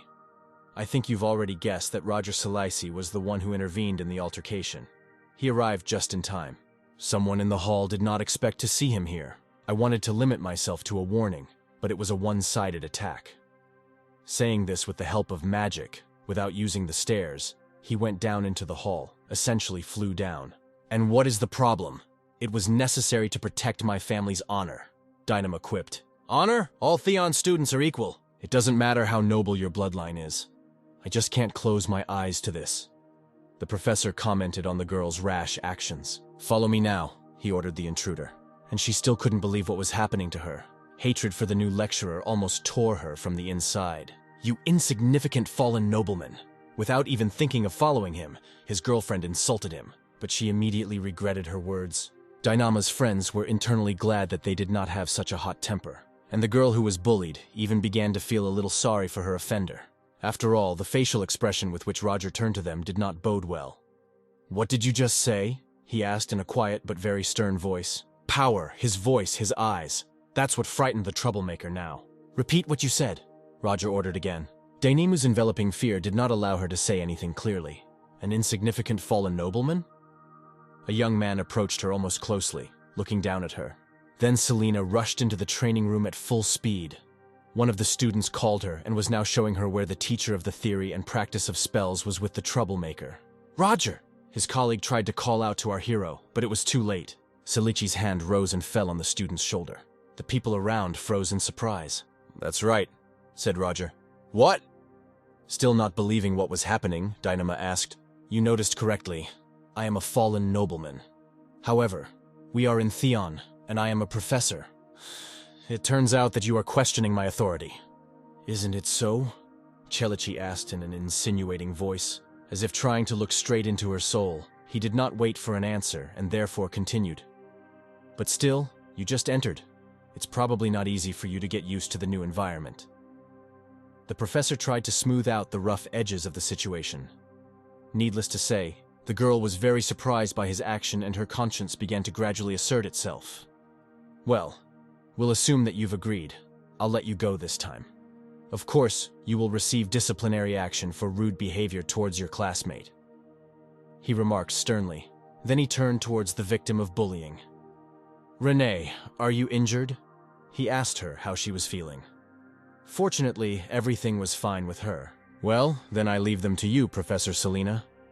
Roger entrusted the situation into the hands of his colleague. Having made sure that everything was in order, he went to finish his rounds. But his unexpected appearance at such a decisive moment in the student's life was deeply imprinted in her heart. She was extremely touched by the fact that the professor knew her name and remembered that she went to his classes. But how could this be if she is an ordinary commoner, who does not stand out among other students? Roger's words, everyone is equal, deeply embedded in her memory. Now they have become an unspoken motto for her while studying at the academy. It turns out he's not as bad as he seemed. Now I feel like I can trust him and follow his lead. Changed my opinion about Professor Renee. After which I promised myself that I would try even better and study more diligently. Having left the building and finding himself in the fresh air, our hero hurried to sit down. His head was pounding, and it took him enormous strength not to groan in pain. Gathering his strength, he took out a small bottle from the inside pocket of his jacket, and without wasting any time, he threw several tablets into his mouth. Gradually, the pain began to go away. Roger himself didn't know what he would have done if it weren't for these pills. He was slightly angry with himself and his life. Why did all this happen now? After all, he almost showed his weak side. Once in this world, he developed some kind of chronic disease. Symptoms appeared as soon as Silici entered the first training ground. Then he could still control it. But when he felt worse, and he was about to go, the girl began to scream louder and louder, so much so that he could not help but intervene. Turning over recent events in his head, Roger hoped he had done well. But he didn't deny the fact that he didn't look very good, and complete chaos probably reigned on his face. Now there's another problem. The last pills in the bottle have run out. He will be able to hold out for about 5 days at most, but most likely he will have to use magic further. In addition, taking a prescription to a pharmacy can be dangerous for him. Roger's urgent to-do list now included an item that told him to contact the person he needed as quickly as possible about the medication. The next day, as usual, Roger had lunch with his colleagues. "Werewolf? Did I hear you correctly?" he asked again. Matilda also couldn't believe her ears. "Yes, a werewolf." Selina confirmed their worst fears. "Students say that last night they saw a dark figure in the city sitting on the roof of a building." She retold the rumors. "Sounds like a city ghost story," commented Salici. "Perhaps, but there are witnesses to his appearance on Theon's territory." Selina continued. Unlike her, Roger was not so impressed by the werewolf rumors. Yes, of course, it could have been something else, but it was probably a werewolf. No wonder I encountered such an unusual phenomenon in the magical environment of the academy. There are even stories about Theon's 7 ghosts. The professor raised her index finger up and said excitingly, "What? There is such a thing?" Our hero was slightly surprised. "Yes, haven't you heard of them?" It seems that the girl was ready to talk about them now. "Professor Selina, you know a lot of ghost stories, don't you?" The professor of theory and practice of spells remarked out loud. "Don't think that I was specifically looking for information about the supernatural side of the academy. I just wanted to find topics to discuss that would be of interest to students. So I did a little research, and it's not that I'm into that sort of thing or anything." Selina began to make excuses, embarrassed, although Roger was counting on the fact that he was actually giving her a compliment. "I understand. Please calm down," he asked the girl. "No, that's really not true," she continued to deny. Perhaps this would have continued for a very long time, if not for Matilda. "By the way, Professor Roger, I heard that you demonstrated an unusual technique in the first lesson." She tried to change the subject. "You created something innovative, speeding up the process of creating a spell. What's its name?" Having slightly forgotten on purpose, she asked her friend for help. "Source!" Selina exclaimed. So much so that the whole hall turned around at her enthusiastic cry. "Yes, exactly him. So is this true?" Matilda continued, while Selina tried to calm her burning cheeks from shame. "Yes, it's true," Silici confirmed.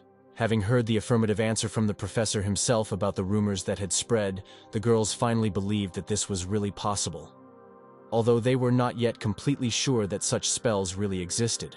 But no matter how Selina tried to become invisible, all the student eyes in the dining room were turned to their trinity. The fact that they were being looked at did not go unnoticed by Roger. "The fact is that everyone wants to know the secret of your magic, Professor Roger." Matilda explained such attention from the students. "The secret of my magic?" the young man asked, stabbing a piece of meat on a fork. But as soon as he started looking at someone, they immediately looked away to the side. "Are you sure that you can reveal the secret of such unique magic here?" Matilda continued the conversation. Behind her, Selina noticed that, in fact, the magic tower could issue him a patent for something like this. "I'm not interested in this." Our hero objected to them. It's really better for him not to ask for any patents. If he lets his guard down, he will easily get a knife in the back. But until the magic tower contacts him, he should not show off. Besides, the rest of the professors are already actively staring at him, and especially Chris Benamor. One got the feeling that the nobleman was about to kill him with that look. But now Roger didn't care about all that. He was much more interested in the appearance of a werewolf. Night fell on Leatherwalk. Only occasionally in its silence were the lonely cries of birds heard. On the corner of a house on one of the streets, leaning his back against the wall, stood a deceitful teacher of the theory and practice of spells. He stood there for a long time, noting to himself that it was already quite late. After waiting some more time, Roger decided to take a walk. Perhaps, wandering around the area, he will come across a person of interest to him. Although he might not have done this. Without making a single sound, it appeared from the shadows of the houses. He even had human clothing and blue pants on his legs. Taller than a man, huge claws and saliva hanging from his fangs. There was no doubt it was a werewolf. Without hesitation, he immediately rushed at the young man. But Roger noticed his presence and therefore managed to return. It would be better to take a couple of steps to the side, leaving scratches on the paving stones. The werewolf slid past, a dull thud, and now he was sprawled on the road, coughing up dust. "And I kept wondering where you were. So you were waiting to pull off a trick like this?" Instead of greeting, Roger commented on the failed, brilliant performance of his friend. "Damn, so much time has passed. You can't even pretend to be surprised?" The werewolf answered him. slightly catching his breath. Long time no see, eldest. Now he slowly began to get up, scratching the clogged areas. Yes, a long time ago, Hans. Our hero agreed with him. You are still causing problems. What did you do this time? The professor of theory and practice of spells asked about the difficult fate of his friend. Hey, do you think I wanted it to happen like this? The talking werewolf sighed heavily. I didn't expect that the dog, which was sitting in the woman's arms a second ago, would suddenly jump off and rush towards me. Now, stepping out into the moonlight, Hans resembled a werewolf less and less. More like some strange mixture of some dog and a person. Quite a funny situation. Roger scratched his nose, trying to hide his smile. Is it funny to you? Well, of course, you weren't in my place. It seems like someone cursed me. Hans continued to be indignant. In general, Hans is an ordinary person, but he has one peculiarity. As soon as an animal bites him, he immediately takes on its gene and turns into this animal, whether he wants it or not. As mentioned above, this time he was bitten by a Pomeranian Spitz. They really hadn't seen each other for a very long time and wanted to exchange news as soon as possible. However, only after Hans regains his human form. Did you bring the antidote? He asked Roger with hope in his voice. In response, he showed him a syringe filled with liquid, with the words, "Thank you. I can't stay like this." Hans stuck the needle into his left hand and squeezed out the liquid with his right. Gradually, he began to become smaller, his ears disappeared and his face retracted. If it weren't for Roger, Hans would have had to suffer like this for several more days. Looking at his transformation, the professor was reminded of the day they met. Then he received an order to catch a cryptid, and he was very surprised to see an overgrown chihuahua in front of him. I think you understand. That time he was bitten by a chihuahua. Fortunately for Hans, our hero settled everything. Otherwise, he would have been screwed. Now, my name is Roger.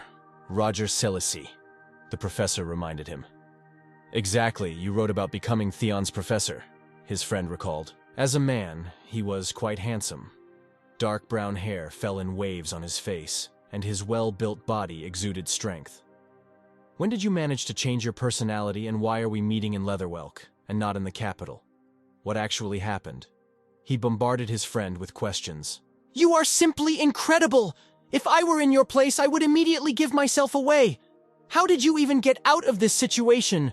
Hans exclaimed after hearing the incredible story of Roger's last time. It was a matter of life and death. I had no choice. Chilichi answered him with a slight frown. So this Roger also turned out to be a member of a secret organization? The former werewolf continued to interrogate, changing into human clothes. Yes, they called him the First Order. Stop it. It's not funny at all. Our hero asked his friend, seeing how he smiled. I try not to focus on his expression. Roger asked him if he knew anything about the secret organization. I've definitely heard about him. Recently, some guys came to the underworld. They were pursued by the Order. Hans answered thoughtfully. The professor was sure that these guys were a secret organization, and the company they owned was called Black Dawn. You may be lucky to survive, but one mistake and you will give yourself away. Hans noted, not envying his friend's fate. Yes, I need to get ready. By the way, did you bring the suitcase I asked for? Silichi reminded him. Having come to his senses, Hans handed him the suitcase. By the way, haven't you looked at what's in it? The professor decided to test his honesty. I'm not crazy enough to rummage through your things. Although even if I wanted to, I still wouldn't be able to open it. Hans convinced. Roger asked him that if he ever met Sheridan, their mutual acquaintance, then let him convey his apologies to him. The former werewolf promised that he would do so, although this is the situation, and there is nothing to apologize for. Silichi opened the suitcase and began to sort through the vessels he needed. This time they both needed medication, but there was something else that worried him a little. Why did you ask in your letter to wait for me for 2 days? Why didn't we meet right away? He asked Hans, but he did not understand what he meant. The professor began to explain. The day before yesterday, I heard a rumor about the appearance of a werewolf, and looked questioningly at his friend. What? But I only arrived in Leatherwelk today. Why would I wait 2 whole days? The owner of thick hair asked him a question in response. Silence reigned between them for some time. Suddenly, an answer was heard in the silence. This is it! Hans shouted in a whisper. Yes, Roger confirmed his worst fears. A werewolf sat hunched over one of the chimneys of a two-story building. A real werewolf. His dark silhouette could be seen from afar. Looking at the creature, Hans regretfully believed in its existence. "It seems he didn't notice us. We need to get out of here," he suggested. "No, the werewolf will notice if we move. I think he went hunting," suggested Roger. But then something caught his attention. Something glittered on the werewolf's neck. "Hans, I have to check something." Opening the suitcase, he announced to his friend. "Check? Come closer?" Sometimes Hans was frightened by his confidence, for example at such moments, but he fell silent, listening to the professor. Something sparkles on his neck. They probably put this thing on him on purpose. But who would do such a thing? This is what we will find out now. While talking, Silichi pulled out a pistol, checking for a bullet in the magazine. He also started putting all kinds of weapons in his pockets. Hans hasn't seen Roger shoot for a long time. The last time he could remember was when the teacher was hunting cryptids. He had a different personality then. Her name was Abraham Van Helsing. While Hans was reminiscing, our hero walked out into the middle of the street, trying to attract the attention of the werewolf as quickly as possible. The creature's sense of smell and hearing worked perfectly, and therefore did not hesitate to inform its owner that someone was approaching him. In fact, it was Roger who deliberately knocked over the barrel of water in order to further anger the werewolf. Without wasting time, the changeling rushed at him. But the werewolf's first attack ended in defeat thanks to Roger's skillful use of the cane. Because of the defeat, the animal became even more angry. Now it was breathing heavily and was ready to sacrifice anything just to take the life of the insolent one. As Chilisi had predicted, something was constraining the werewolf's neck. He had so many questions, but he could only get answers when he captured this monster. Driven by these thoughts, the young man gradually began to use magic. At the same time, not forgetting to dodge subsequent attacks from monsters. Now the spell of resourcefulness and dexterity came in very handy. Here the werewolf, anticipating the taste of blood, rushes at the professor, and the young man manages to move away, and the monster hits the air and so on over and over again. But our hero's back rested against the stone wall of the house. Don't think that he had something to defend himself with. He just deliberately lured the monster to the place he needed. Just a little more, and the werewolf would have overtaken his victim. But then magic began to act, releasing mana. Possessed by her, the werewolf began to retreat. Unable to bear it, the fume fell onto the pavement. He tried so hard to close his ears so as not to hear the sounds of the outside world. But he couldn't. Hans, watching from the gateway, did not understand why the werewolf suddenly began to behave this way. He even had the thought that maybe he had eaten something wrong earlier. I directed an ultrasonic signal at him, inaccessible to the human ear. His head is pounding now, Roger explained, noticing his friend's questioning look. He was incredibly pleased with the fact that he did not have to use an expensive silver bullet, and could do without the opportunity to resort to the help of a special ampule and syringe. Now let's see where this creature came from, the professor said out loud, releasing air from the medical instrument. But then they decided to stop his plan. "Here! The sound was coming from this direction! Hurry up!" was heard in the distance. It was the police, but why did they appear now? Roger should not have been so carried away by extraneous factors. The werewolf noticed that his opponent had stopped following him too closely, and decided to take advantage of the moment to escape. Our hero noticed his disappearance only when the monster was already sitting on the roof of the house. But Chalisi's brilliant reaction was not long in coming. The machine spring hanging under the wrist was instantly released, and soon a hook on a wire shot onto the roof. Thanks to the well-sharpened points, the weapon caught on the wall of the house. Another split second, and with the help of similar tricks, Roger began to pursue the werewolf. "I won't miss him," he promised himself. "Look, there's someone on the roof," one of the policemen noted. "Detain anyone who arouses suspicion," the officer ordered the others. Meanwhile, real competitions were organized on the roofs of houses. So far, the werewolf had won, but Roger was not far behind him. After a long run, the monster finally decided to stop, hoping that he had gotten away from his pursuer. Unfortunately, Silishi landed right behind him on the roof of the train. As an experienced fighter, and at the same time a gentleman, he landed on one knee. To his great relief, there was no one at the station. Otherwise, they were witnessing a fascinating show. "I just wanted to pacify you, but you leave me no choice," said our hero, pulling out a shuriken. The werewolf saw an incomprehensible sparkle in his hands, but was unable to guess the purpose of the thing. Unwinding, Roger threw it towards the monster. But at the last moment, the werewolf managed to return. Therefore, the shuriken returned safely back into the hands of Silichi. "Not a bad reaction. And I wanted to finish you off with one blow," the young man commented, now planning to use his cane. But first I decided to stun him. To do this, he threw a stunning magic ball at the werewolf. Thanks to this, his reaction slowed down. Without waiting for the changeling to come to his senses again, our hero began to approach him. Premonitions of danger, the werewolf tried to run away, but his body did not obey him. At that moment, the shuriken passed through his paw. Crying out in pain, the creature began to examine its limbs, but managed to notice the professor jumping on it, and therefore open its mouth. But Roger quickly closed his mouth and stuck the cane in there. He did this not because of his stupidity, but in order to gain time.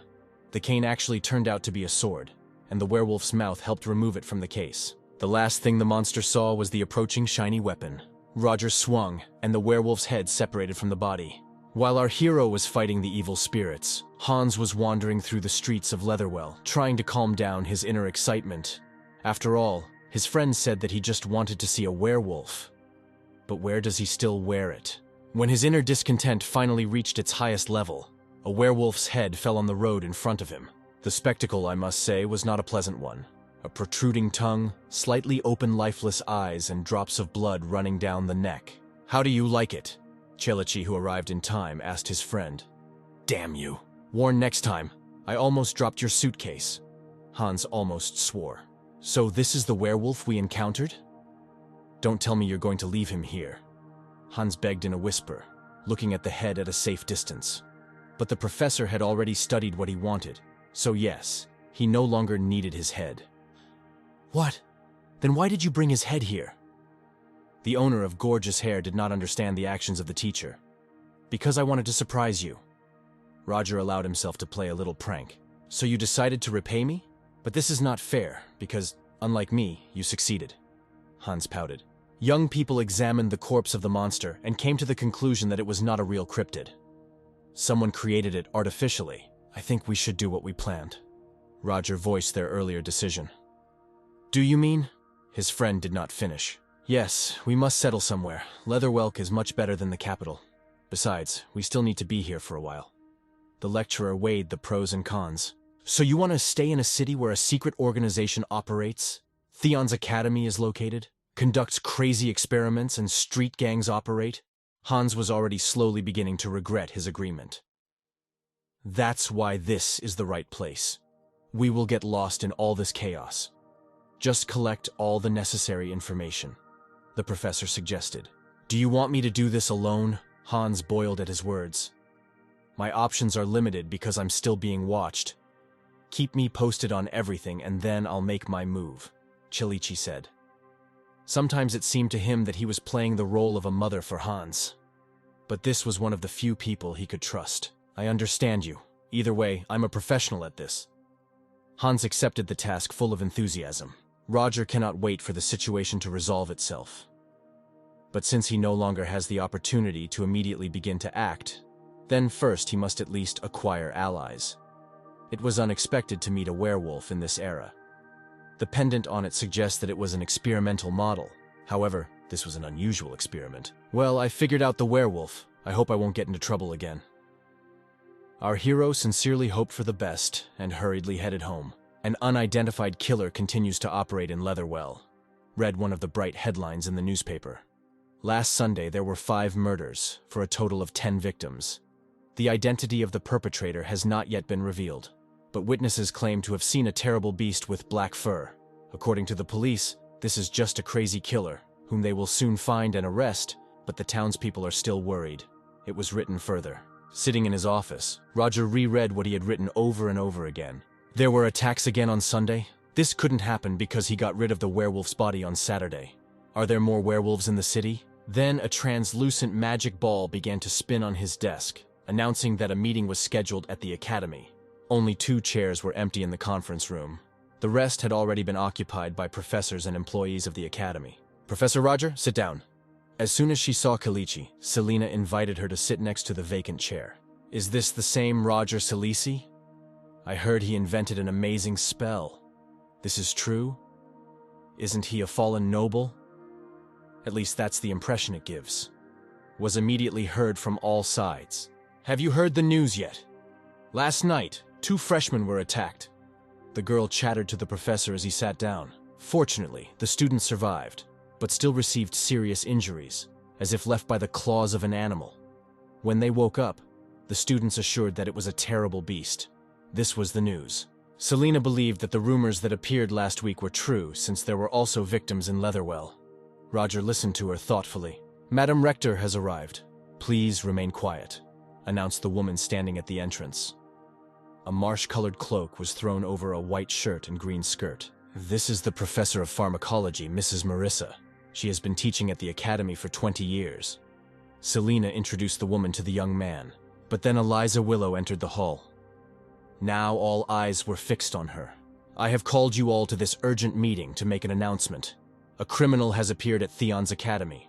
2 students were seriously injured last night." After she crossed the entire hall, she continued, "We don't yet know who is responsible for this, but there are witnesses who claim that it was a cryptid, namely, a werewolf, but they didn't let her finish." "Madam Rector, this cannot be. Werewolf? It's some kind of mistake. What other cryptid?" One of the professors interrupted Eliza. "Do you have something to say, Professor Hugo Borotag?" With a metallic note in her voice, the rector gave freedom of speech. "Theon Academy is under the protection of the Empire. Where does a werewolf come from here? Don't believe the students' stupid stories about Theon's ghosts." Borotag tried to awaken common sense in the rector. His beer belly was visible from afar, and gray hair had long since replaced the natural color of his hair. "Professor Hugo, didn't I say that we have 2 victims?" Eliza specifically highlighted the last 2 words in the sentence. "I heard you perfectly. That's why I say that I don't believe that a werewolf is behind all this. Both victims are from noble families." The man continued to tell everyone his logical chain. "I think that this was done by one of Theon's students, namely, a commoner." That was exactly Hugo's verdict. "What, excuse me?" Eliza didn't believe the nonsense she heard from Professor Eliza's lips. "Don't you think that this is the work of commoners? Otherwise, why were only the nobles among all the students affected? Do you really think a werewolf did this? It sounds much more plausible that someone pretended to be a werewolf." Borotag flared up, waving his arms and almost splashing with saliva. The rest of the teachers in the conference room could hardly contain their laughter. And Chris Benamor didn't even try to hide his satisfied smile. Only Roger didn't like this whole performance. It seemed to him that the Black Dawn would be at a disadvantage. Well, apparently he was wrong. Inciting people to revolt at a time when it is necessary to unite. So this is how Theon, the best academy on the continent, operates? Then something landed on our hero's left shoulder. It was a small paper bug, trying not to attract attention. The young man scratched his shoulder, thereby hiding the bug in his fist. Opening the paper insect, he read the secret message written inside it. When unfolded, the paper was very tiny. The text stated that 3 test subjects had escaped, and if Roger could not capture them alive, he should immediately eliminate them. After all, they are a threat to reveal his identity. Roger reread what he had written once, after which he groaned in the depths of his soul. God, why does he need all these trials? Seeing the strange state in which the professor of theory and practice of spells was, Selina became worried. "Professor Roger, are you feeling unwell?" she asked. "No, everything is okay." The young man waved him off, unwilling to develop the dialogue since his thoughts were occupied with something else. Having thought about what happened from all sides, he came to the conclusion that this whole situation is directly related to the Black Dawn, and apparently they also did not expect something like this to happen. It was good that their position was being shaken, but Roger couldn't afford to be exposed. And he cannot sit idly by, and he simply must get to the test subjects before Theon. If he gets caught, that's the end of everything. While Silici considered his chances of survival, the heated conversation between Elisa and Borotag continued. "Professor Hugo, you have every right to express your opinion, but first of all, focus on your work." Tried to put the lecturer in Willow's place. "So you will strengthen security?" Borotag continued to insist. "Yes, and please tell the students not to leave their rooms late at night. I also allow demerit points to be issued as punishment. This is my decree," Eliza announced to everyone present in the conference room. "Okay, we understand," Hugo promised, having resigned himself and cooled down. "Great, then let's leave it at that. Good job, everyone." The rector wished, deciding that the meeting was over, she left the conference room. After the meeting, Roger decided to get some fresh air and take a walk in the park. Noticing that he was being watched, he slowed down slightly. "Enough, stop hiding. Get out of there," our hero ordered quietly. The stalker did not expect that I would reveal him so quickly, but there was nothing to do. Step by step, his figure appeared among the trees. The pursuer turned out to be the same girl who, over morning coffee, established a connection between him and the secret organization. After that meeting, she was more afraid of the professor than ever. This girl called me First Order when we first met, and now she's posing as a student? Roger tried to figure out what was what. There are too many people trying to discover his real identity and keeping an eye on him. What's the matter? He hastened to find out the reason why the girl was tracking him. Well, the morning stranger began to select words. Roger realized that one sentence would not do here, and therefore ordered her to follow him, arguing that they should find a quieter place. But she didn't expect it when Roger invited her to have a cup of coffee. But she didn't refuse. When they took their places in a cozy cafe, the girl sat with her head down and trying to stop trembling, while the young man looked at the special one sitting opposite him. He sat face to face with a student from the Third Order, and the first thing he wanted to know was that the name was unknown. Sedina Roshan, the girl answered. I think you used a pseudonym to hide your identity. What is your real name? The professor continued to inquire. Slightly embarrassed, the young lady explained that this was her real name. The fact that the girl did not hide her real identity surprised the young man. Well, you have something to tell me. You can begin, he suggested. But other people can hear us. Sedina was worried about the secrecy of the future conversation. I cast a spell so that no one will hear us outside this magic circle. Dispelled the doubts of student Chelichi. As expected from the First Order, Roshan noted enthusiastically. Don't call me First Order anymore. Address me as Professor, our hero asked. But the girl objected to him, because it would be disrespectful towards him. That's an order. You do understand that this should not reach other people's ears, right? Roger continued to insist. Under his pressure, Sedina agreed. Now, about the matter. Describe the current situation to me. The professor set the tone of the conversation. Yes, of course. Behind the recent events related to werewolves are our affiliated groups who are conducting experiments on cryptids using black magic and the teachings of Shamsus. The School of Shamsus is a group of scientists expelled from society for conducting prohibited experiments. I don't know what the essence of their pursuit was, but the experimental subjects escaped. They escaped through the sewers and caused terrible murders in Theon, the girl said in one breath. From such a quantity of forbidden and terrifying information, the young man fell into a state of internal shock, but did not show it. I'm sorry, I'm talking too much, Roshan wailed, seeing the stunned face of the lecturer. No, everything is fine, continue, he reassured the girl. Okay. I understand that the responsibility lies with the Shamsu school, but first, excuse me. Professor Roger, I heard that you were asked to look into this, so I'm here. Another order. Victor Dreffel called you to borrow this name, and I did it. But I didn't think that everything would turn out like this. Roger supported the topic of conversation and silently tried to remember the name of the Second Order as best as possible. Victor Dreadful. The situation is out of control, so we must solve it as soon as possible. 3 objects need to be liquidated, so, Sedina continued. Not 3, but 2. Roger corrected her. While the student was trying to figure out whether she or he said something wrong, Kalichi pulled out from his jacket pocket the keychain that the werewolf wore around his neck. This is where you found him? That's all the young lady managed to ask. Roger said that 2 days ago, he came across one of the werewolves in Leatherwalk. After hearing this, only one thing was visible in the girl's eyes: reverence and respect. And Roger looked at her in response and tried to understand why such a talented girl, who contacted him, while maintaining her cover and without arousing anyone's suspicion, was still a member of the Third Order. What if she was simply left with no choice? He suggested that perhaps she was from a noble family. Then it is unlikely that an antisocial organization treats nobles well. She is probably playing the role of a puppet who, once used, will be thrown out of the organization. Quite recently, our hero realized what a precarious position Theon was in.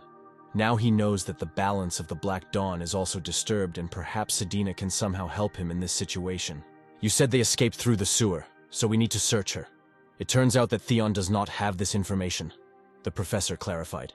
His guess turned out to be correct, but Sedina does not know how long they will remain in the dark. Got it. Well, thank you for contacting me, Sedina Roshan. See you again if there is a chance. Thanked the girl Chelichi for the allotted time, removing the spell of the magic circle. Goodbye, Professor Roger. The student waved goodbye to him. Taking a couple of steps back, our hero stopped. And one more thing. Your ability to explain has improved significantly. I was glad to listen. I hope our next meeting will be just as successful. Having expressed his hopes, Chilichi left the girl. Unlike him, Sedina remained sitting at the table, inhaling the aroma of coffee. Thank you. She barely audibly thanked the professor, but he no longer heard her. Despite all the efforts of Roger to hide in a public place, he was still noticed. I felt something. I definitely felt something. Is this really magic? Thought the observer, looking at the professor passing inside the windows of the coffee shop. Why did he use a sound-blocking spell? What the fuck were those two talking about? Flora Lumos, because of whom the previous professor of teaching the theory and practice of spells quit. The purpose of the meeting between the lecturer and the student was terribly interesting. Since she didn't have classes that day, she decided to go to the library. On the way there, she ran into the professor. He probably wouldn't have been interested in him sitting in the cafe, but as she passed them, she didn't hear anything. This means that the man used magic so that no one would hear them. But why? In the classroom, students diligently listened to the lecturer, and only Flora could not concentrate on her studies. Judging by the color of the magic field that she saw then in the cafe, she can say with confidence that it was a spell that blocked sound, and also a magical trace that was elusive to the receptors of ordinary people. But why? And what were they talking about? These are the two questions that worried Flora now. That's all for today. The rumors that are circulating around the academy are true, so don't walk around campus too late. Break the rules and you'll get demerit points. The professor finished the lecture by slamming the book shut. It was clear from her face that she was truly concerned about the students. As soon as she left the audience, the youth immediately began to discuss the news. Hey guys, have you heard about werewolves? Certainly.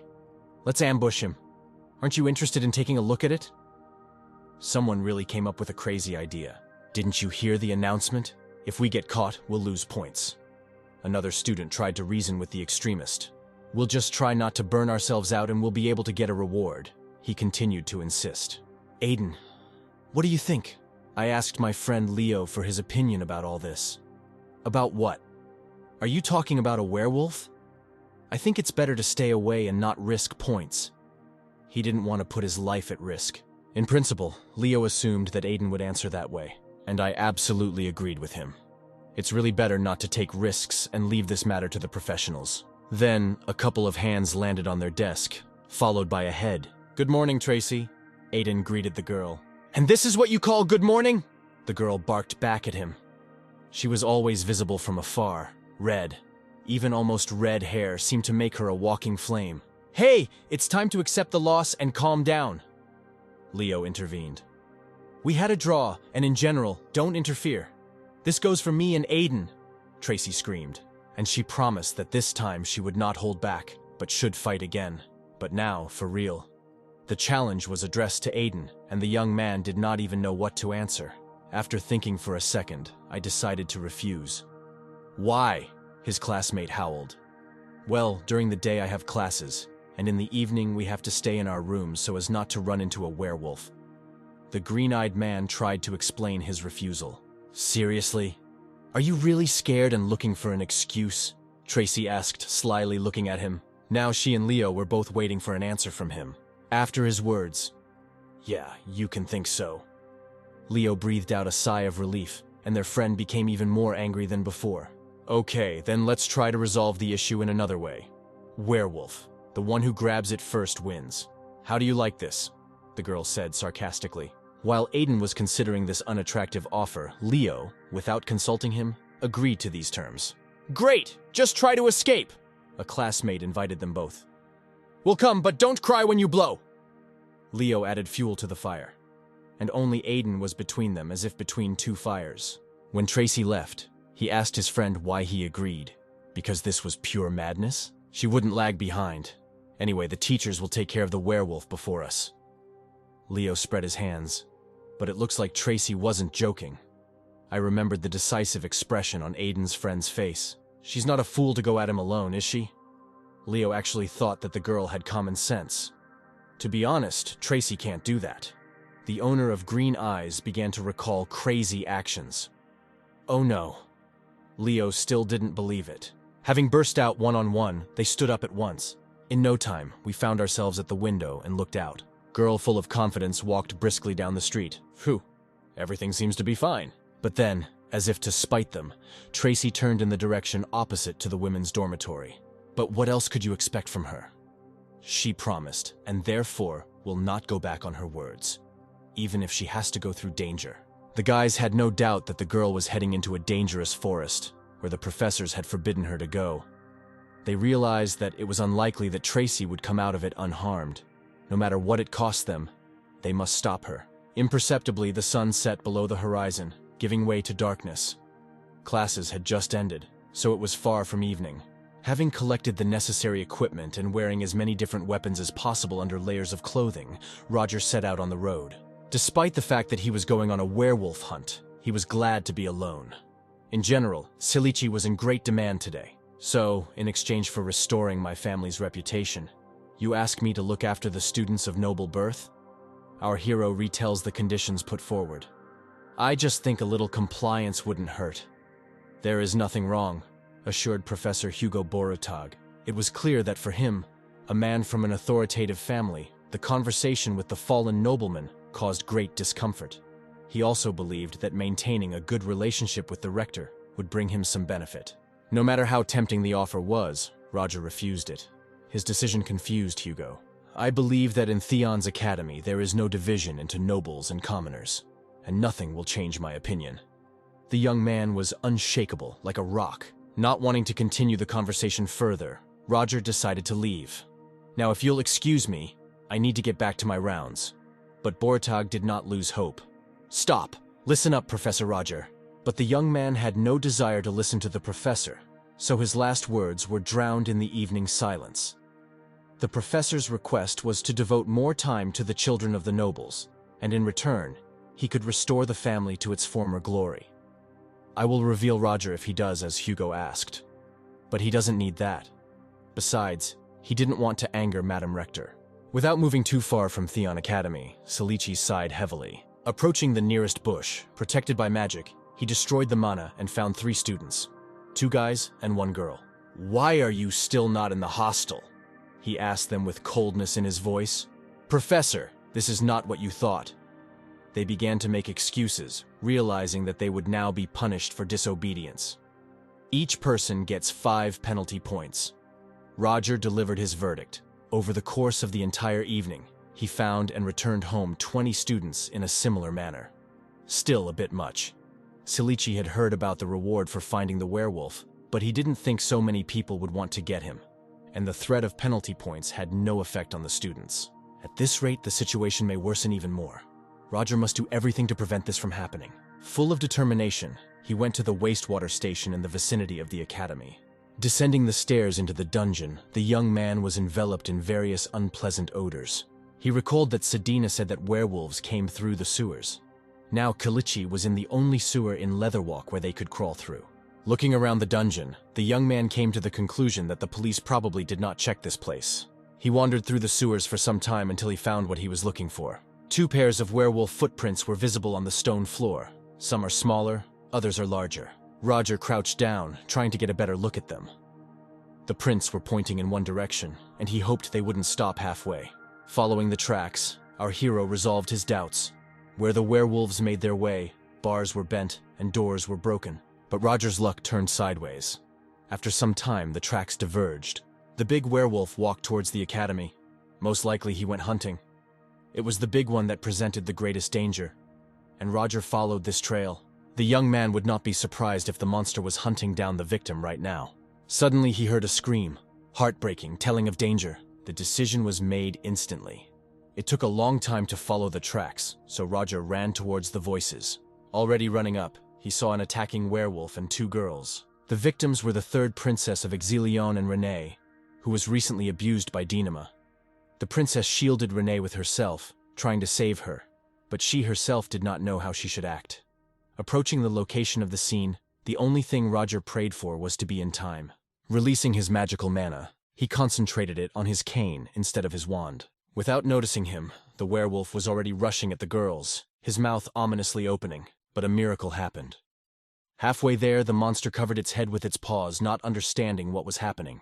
Another moment, and Roger threw it away, saving the lives of 2 students.